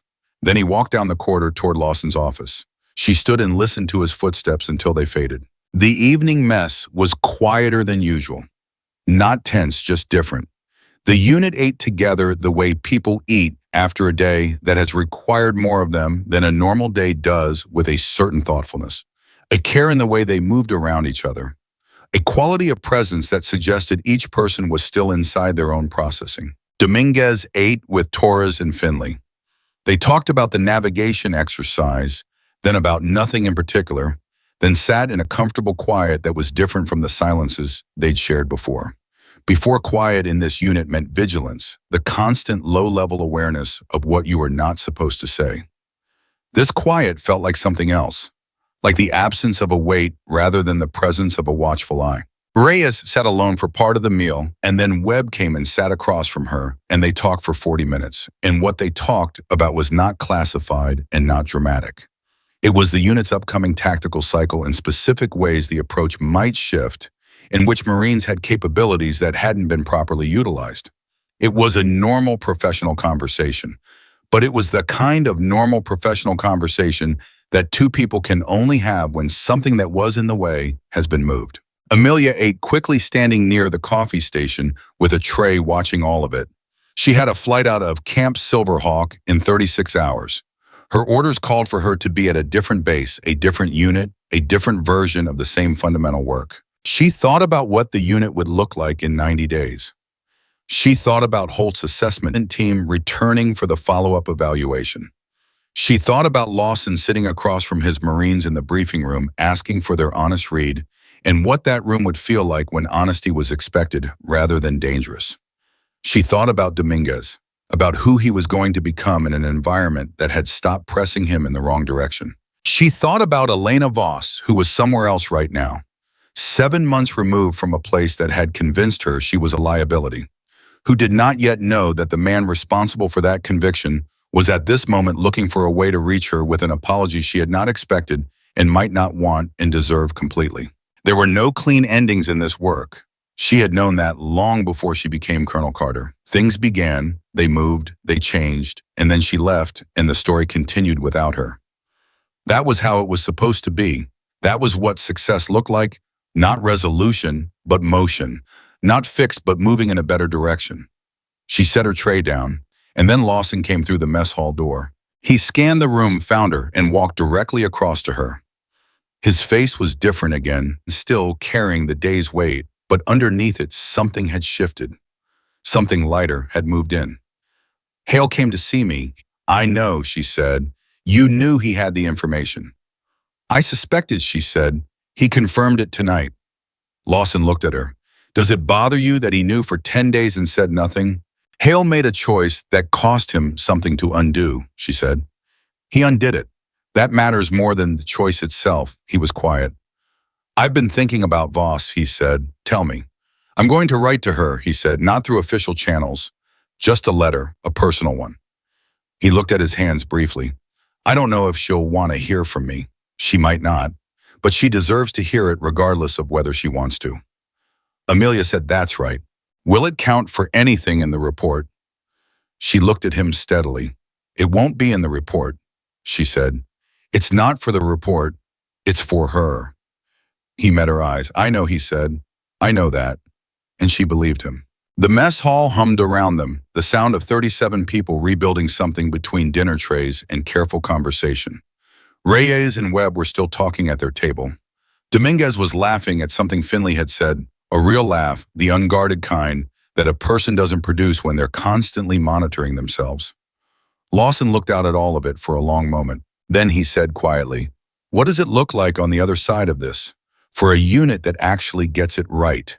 She followed his gaze across the room. Like this, she said. Right now, this exact thing.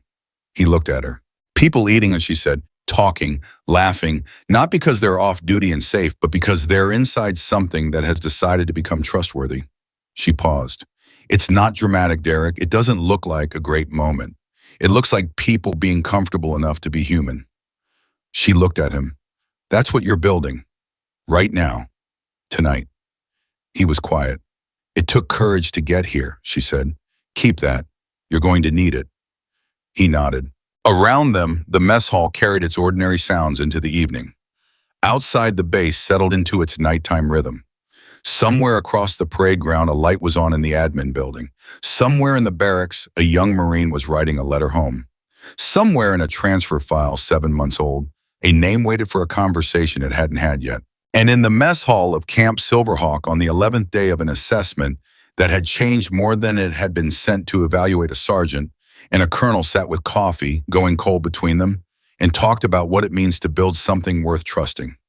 The hard part was not over. 90 days stretched out ahead of Lawson like terrain that hadn't been mapped yet, but he had stopped moving in the wrong direction.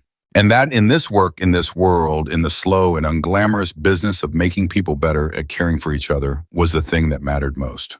Amelia left Camp Silverhawk on a Thursday morning, 36 hours after the general's vehicles had pulled away from the field and taken the dramatic weight of that afternoon with them. She left the same way she arrived: one field bag, one notebook, no escort, no announcement. The gate guard on duty was not Corporal Timms this time, but a lance corporal named Park, who had been one of the 14 people in the communication review, who had known what but not why, and who now looked at her with an expression that was entirely different from the blank professional courtesy she'd received 11 days ago. Park said, "Safe travels, Colonel." She said, "Thank you, Corporal." She walked through the gate. She did not look back, because looking back was not the discipline she had built her career on. The discipline was to go in, do the work with everything she had, and leave the result in the hands of the people who had to live inside it. Looking back was a luxury that belonged to observers, and she was never an observer, no matter what her order said at the top of the page. But she carried it with her. She always did. Every unit, every assessment, every set of faces that had moved from guarded to open over the course of days that cost everyone involved something real. She carried all of it, stacked carefully inside her, organized the way she organized her notebooks. Precise, retrievable, never forgotten. The drive to the airfield took 40 minutes, and she spent most of it looking out the window at nothing in particular and letting her mind do what it did after a field assessment, decompress slowly the way a diver ascends, careful not to surface too fast. She thought about Reyes. She thought about Dominguez, who had gone from a young Marine carrying invisible weight to a young Marine who had laughed in the mess hall last night with the unguarded fullness of someone who had set something down. She thought about Lawson. She thought about Elena Voss, who didn't know yet that a letter was coming. She opened her notebook and wrote one line at the top of a fresh page: "The work continues without me." That is the point. She closed the notebook. The plane lifted off at 08:30, and Camp Silverhawk became from the window a geometry of roads and buildings and training fields arranged in the particular order of a place that took itself seriously. And then it was gone, and she was above the clouds, and the next assignment was waiting. She didn't sleep on the flight. She never slept on flights after assessments. Instead, she thought about what she had written in the formal report, the full version, the one that would go to regional command and corps leadership and the oversight bodies that track these things across the entire system. She had spent the last night at Silverhawk, writing it sitting in her temporary quarters, with the kind of concentrated attention that good writing requires, the kind where you feel each word as you set it down, because you know the words are going to matter to real people in real situations for a real amount of time. She had written about the unit's exceptional technical performance. She had written about the pattern of suppression, the mechanism by which Lawson's approach had converted capable, intelligent Marines into people who performed without initiative and questioned without voice, and survived by making themselves smaller than their actual dimensions. She had written about the 6 transfer requests and the exit interviews and Staff Sergeant Elena Voss and the specific documented cost of a leadership approach that confused silence with discipline. She had written about what she had watched happen over 11 days. The rope climb on the first morning.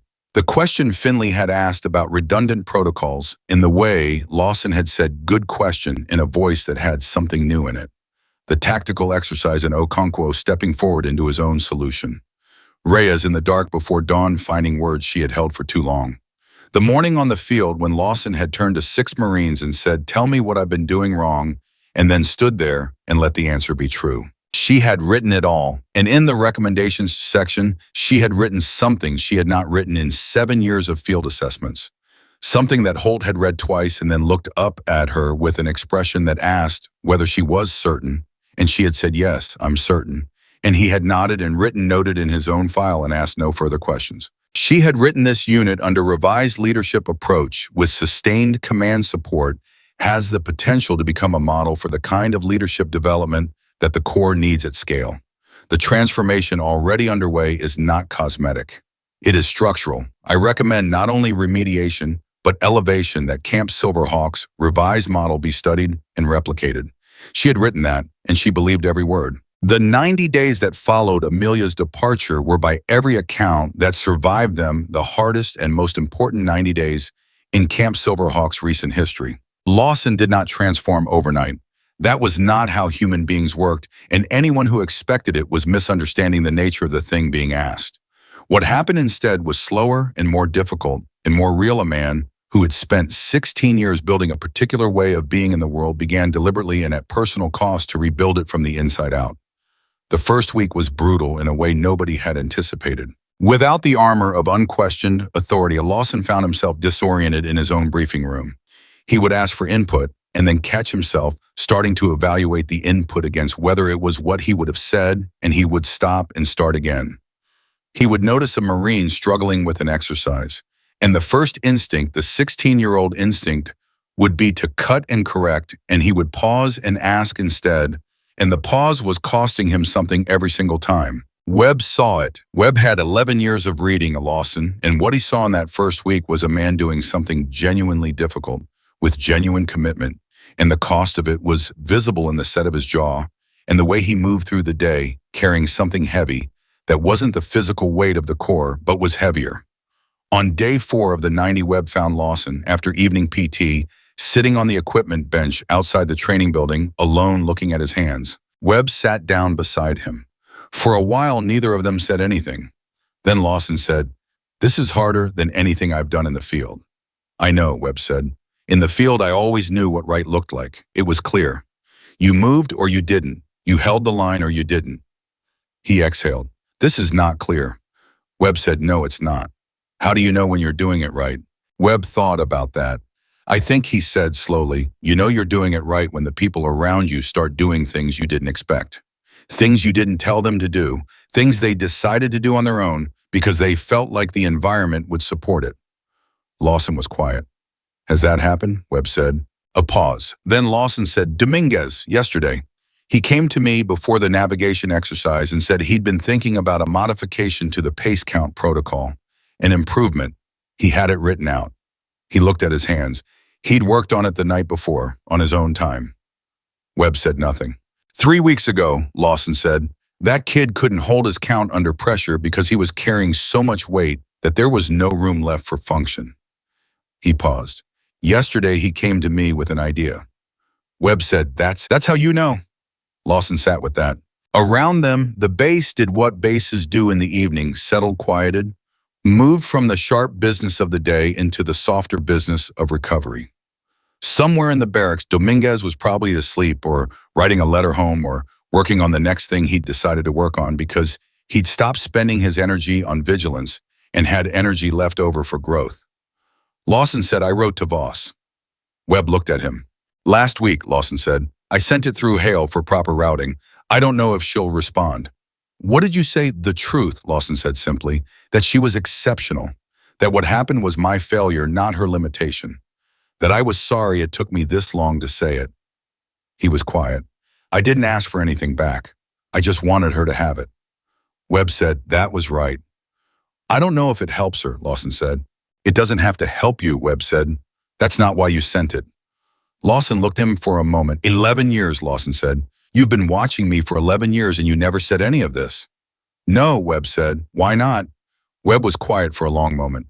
"Because I didn't think you'd hear it," he said. "And because I wasn't sure enough of my own red to stake our working relationship on it." He paused. "And because it was easier not to." Lawson nodded slowly. "We've all been doing that," he said, "taking the easy version." "Yeah," Webb said, "we have. We're going to stop." It was not a question. It was not quite a command. It was something in between, a statement of shared commitment, the kind that happens between people who have been through something together and have decided that the other side of it looks different from where they started. Yeah, Webb said, we are. The letter from Elena Voss arrived on day 31. Lawson was in his office when Hale brought it in a standard envelope, his name on the front in handwriting he didn't recognize, and inside a single page. He read it twice before he set it down. Then he sat with it for a long time. She had not written a warm letter. It was not a letter of forgiveness or reconciliation or the kind of graceful acceptance that makes difficult stories easier to tell. It was an honest letter, the way an honest person writes when they have been given something they didn't ask for and have decided to engage with it anyway. She wrote that receiving his letter had been disorienting, that she had read it 3 times over 2 days before she could respond, that she had left Silverhawk believing something about herself that she had spent 7 months slowly unbelieving, and that his letter had confirmed what she had already painstakingly arrived at on her own, that the belief had been wrong. She wrote that she did not need his apology to heal. She had already done most of that work, but she had needed, she realized, to know that he saw it, that the person responsible for the damage understood that it was damage and not character assessment, that she had not in fact been a liability. She wrote, I was a good Marine. I am still a good Marine in a different unit where that fact is visible. But I want you to know that the question of whether I was good at what I did followed me for 7 months. And that is a serious thing, and I hope your understanding of it is serious too. She did not sign it warmly. She signed it with her name. Lawson set the letter down. He sat in his chair and looked at the wall for a long time. Then he got up, walked to the door of his office, and called Hale in. This letter goes in my permanent file, he said. Not as documentation, as a reminder. Hale said, yes, Sergeant. Not of what I did wrong, Lawson said, of what it costs, so I don't forget. Hale looked at him for a moment. Yes, Sergeant, he said again, and this time the words carried something different, a quality of recognition that had been building in Hale since the night he had walked down the corridor to Lawson's office and told the truth about the phone call and the drawer and the 10 days of chosen silence. He took the letter and he filed it exactly where Lawson said. The follow-up assessment team arrived on day 89. They were not Holt and Sato Corps protocol-rotated assessment teams to prevent relationship bias, but a different pair, a colonel named Reeves and a major named Childs, who had received Amelia's original report in the 90-day monitoring notes and had arrived at Camp Silverhawk with the specific professional skepticism of people who have read promising preliminary reports before and know that paper and reality don't always match. They watched the morning PT circuit on day 89. They watched without speaking, side by side, as Lawson ran the unit through the conditioning program. The program itself was not dramatically different from the one Amelia had participated in on her first morning. The stations were similar, the physical demands were comparable, but something in the texture of it had changed in a way that was immediately visible to anyone trained to see it. When a Marine struggled at a station, Lawson stopped beside them. Not to correct publicly, not to point out failure with the precision of a man who believed that exposure was instruction. He stopped and he said something quiet and direct, something that the Marine beside him could hear, and the person at the next station could not, and then he moved on. And the Marine who had struggled didn't carry the struggle forward through the rest of the circuit, they reset. The way a person resets when the weight of being watched has been removed and replaced with the weight of being supported. Colonel Reeves made a note. During the tactical briefing that followed, PT Lawson asked 3 questions he didn't know the answers to and sat with the responses that came back. Torres gave an answer that partially contradicted a standing protocol. Lawson did not correct it immediately. He looked at it from Torres's angle, first acknowledged the logic, and then offered the fuller picture, not as a correction, but as an addition. Torres nodded. He looked like a man who had just learned something, instead of a man who had just been told he was wrong. Major Childs made a note. At 1400, the assessment team requested individual interviews with 6 Marines of their own choosing. They chose Reyes Dominguez, Finley Torres Webb, and a Lance Corporal named Park, who had been on gate duty the morning Amelia left and had said safe travels, Colonel, with the specific ease of someone who had learned that respect and honesty could exist in the same sentence.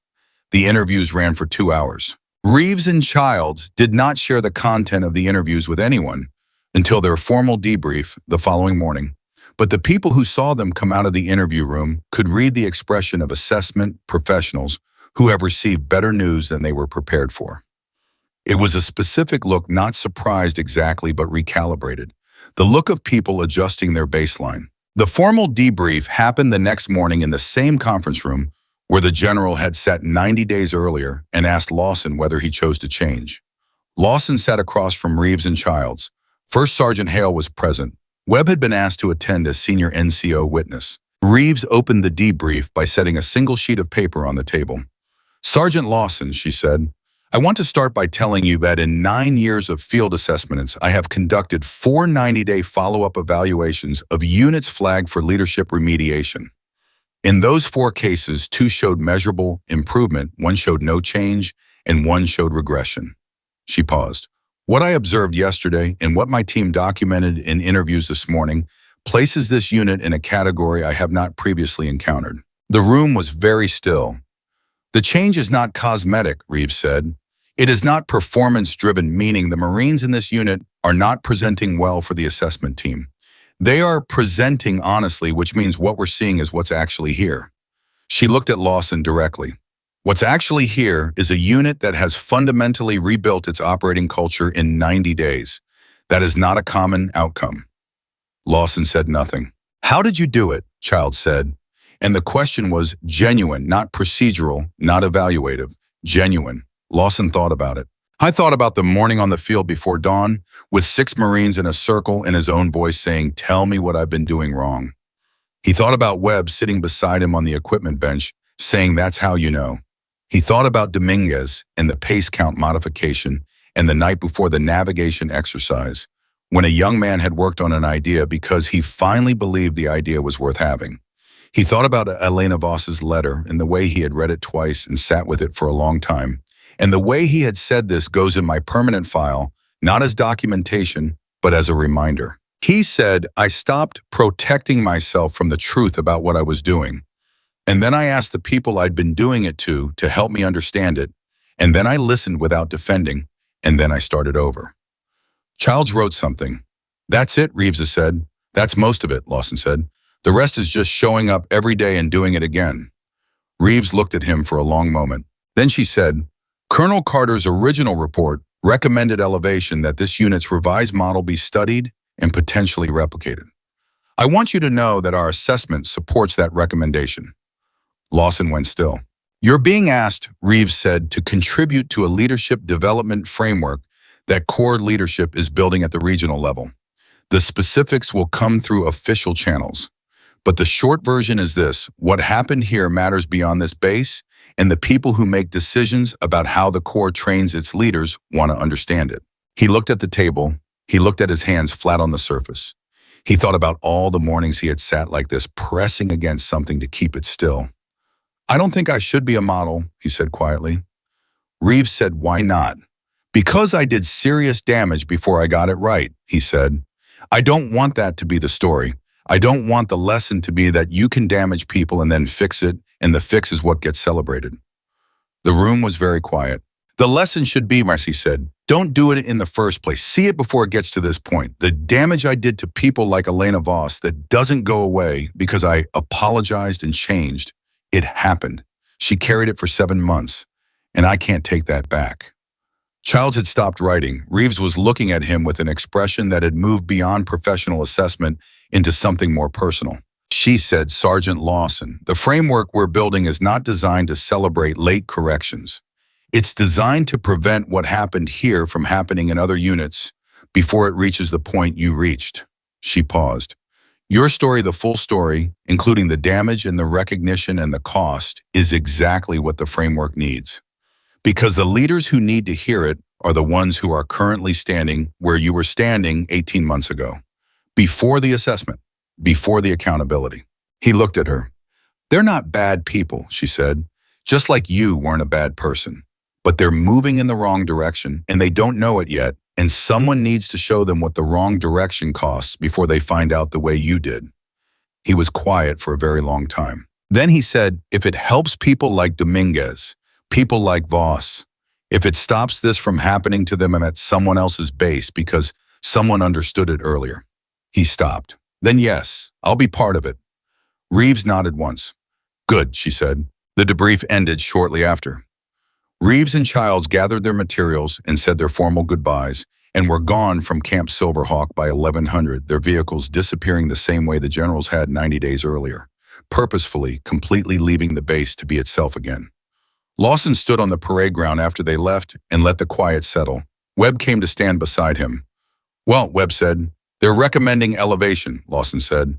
Webb was quiet for a moment. How do you feel about that? Lawson thought about it. Scared, he said, and responsible.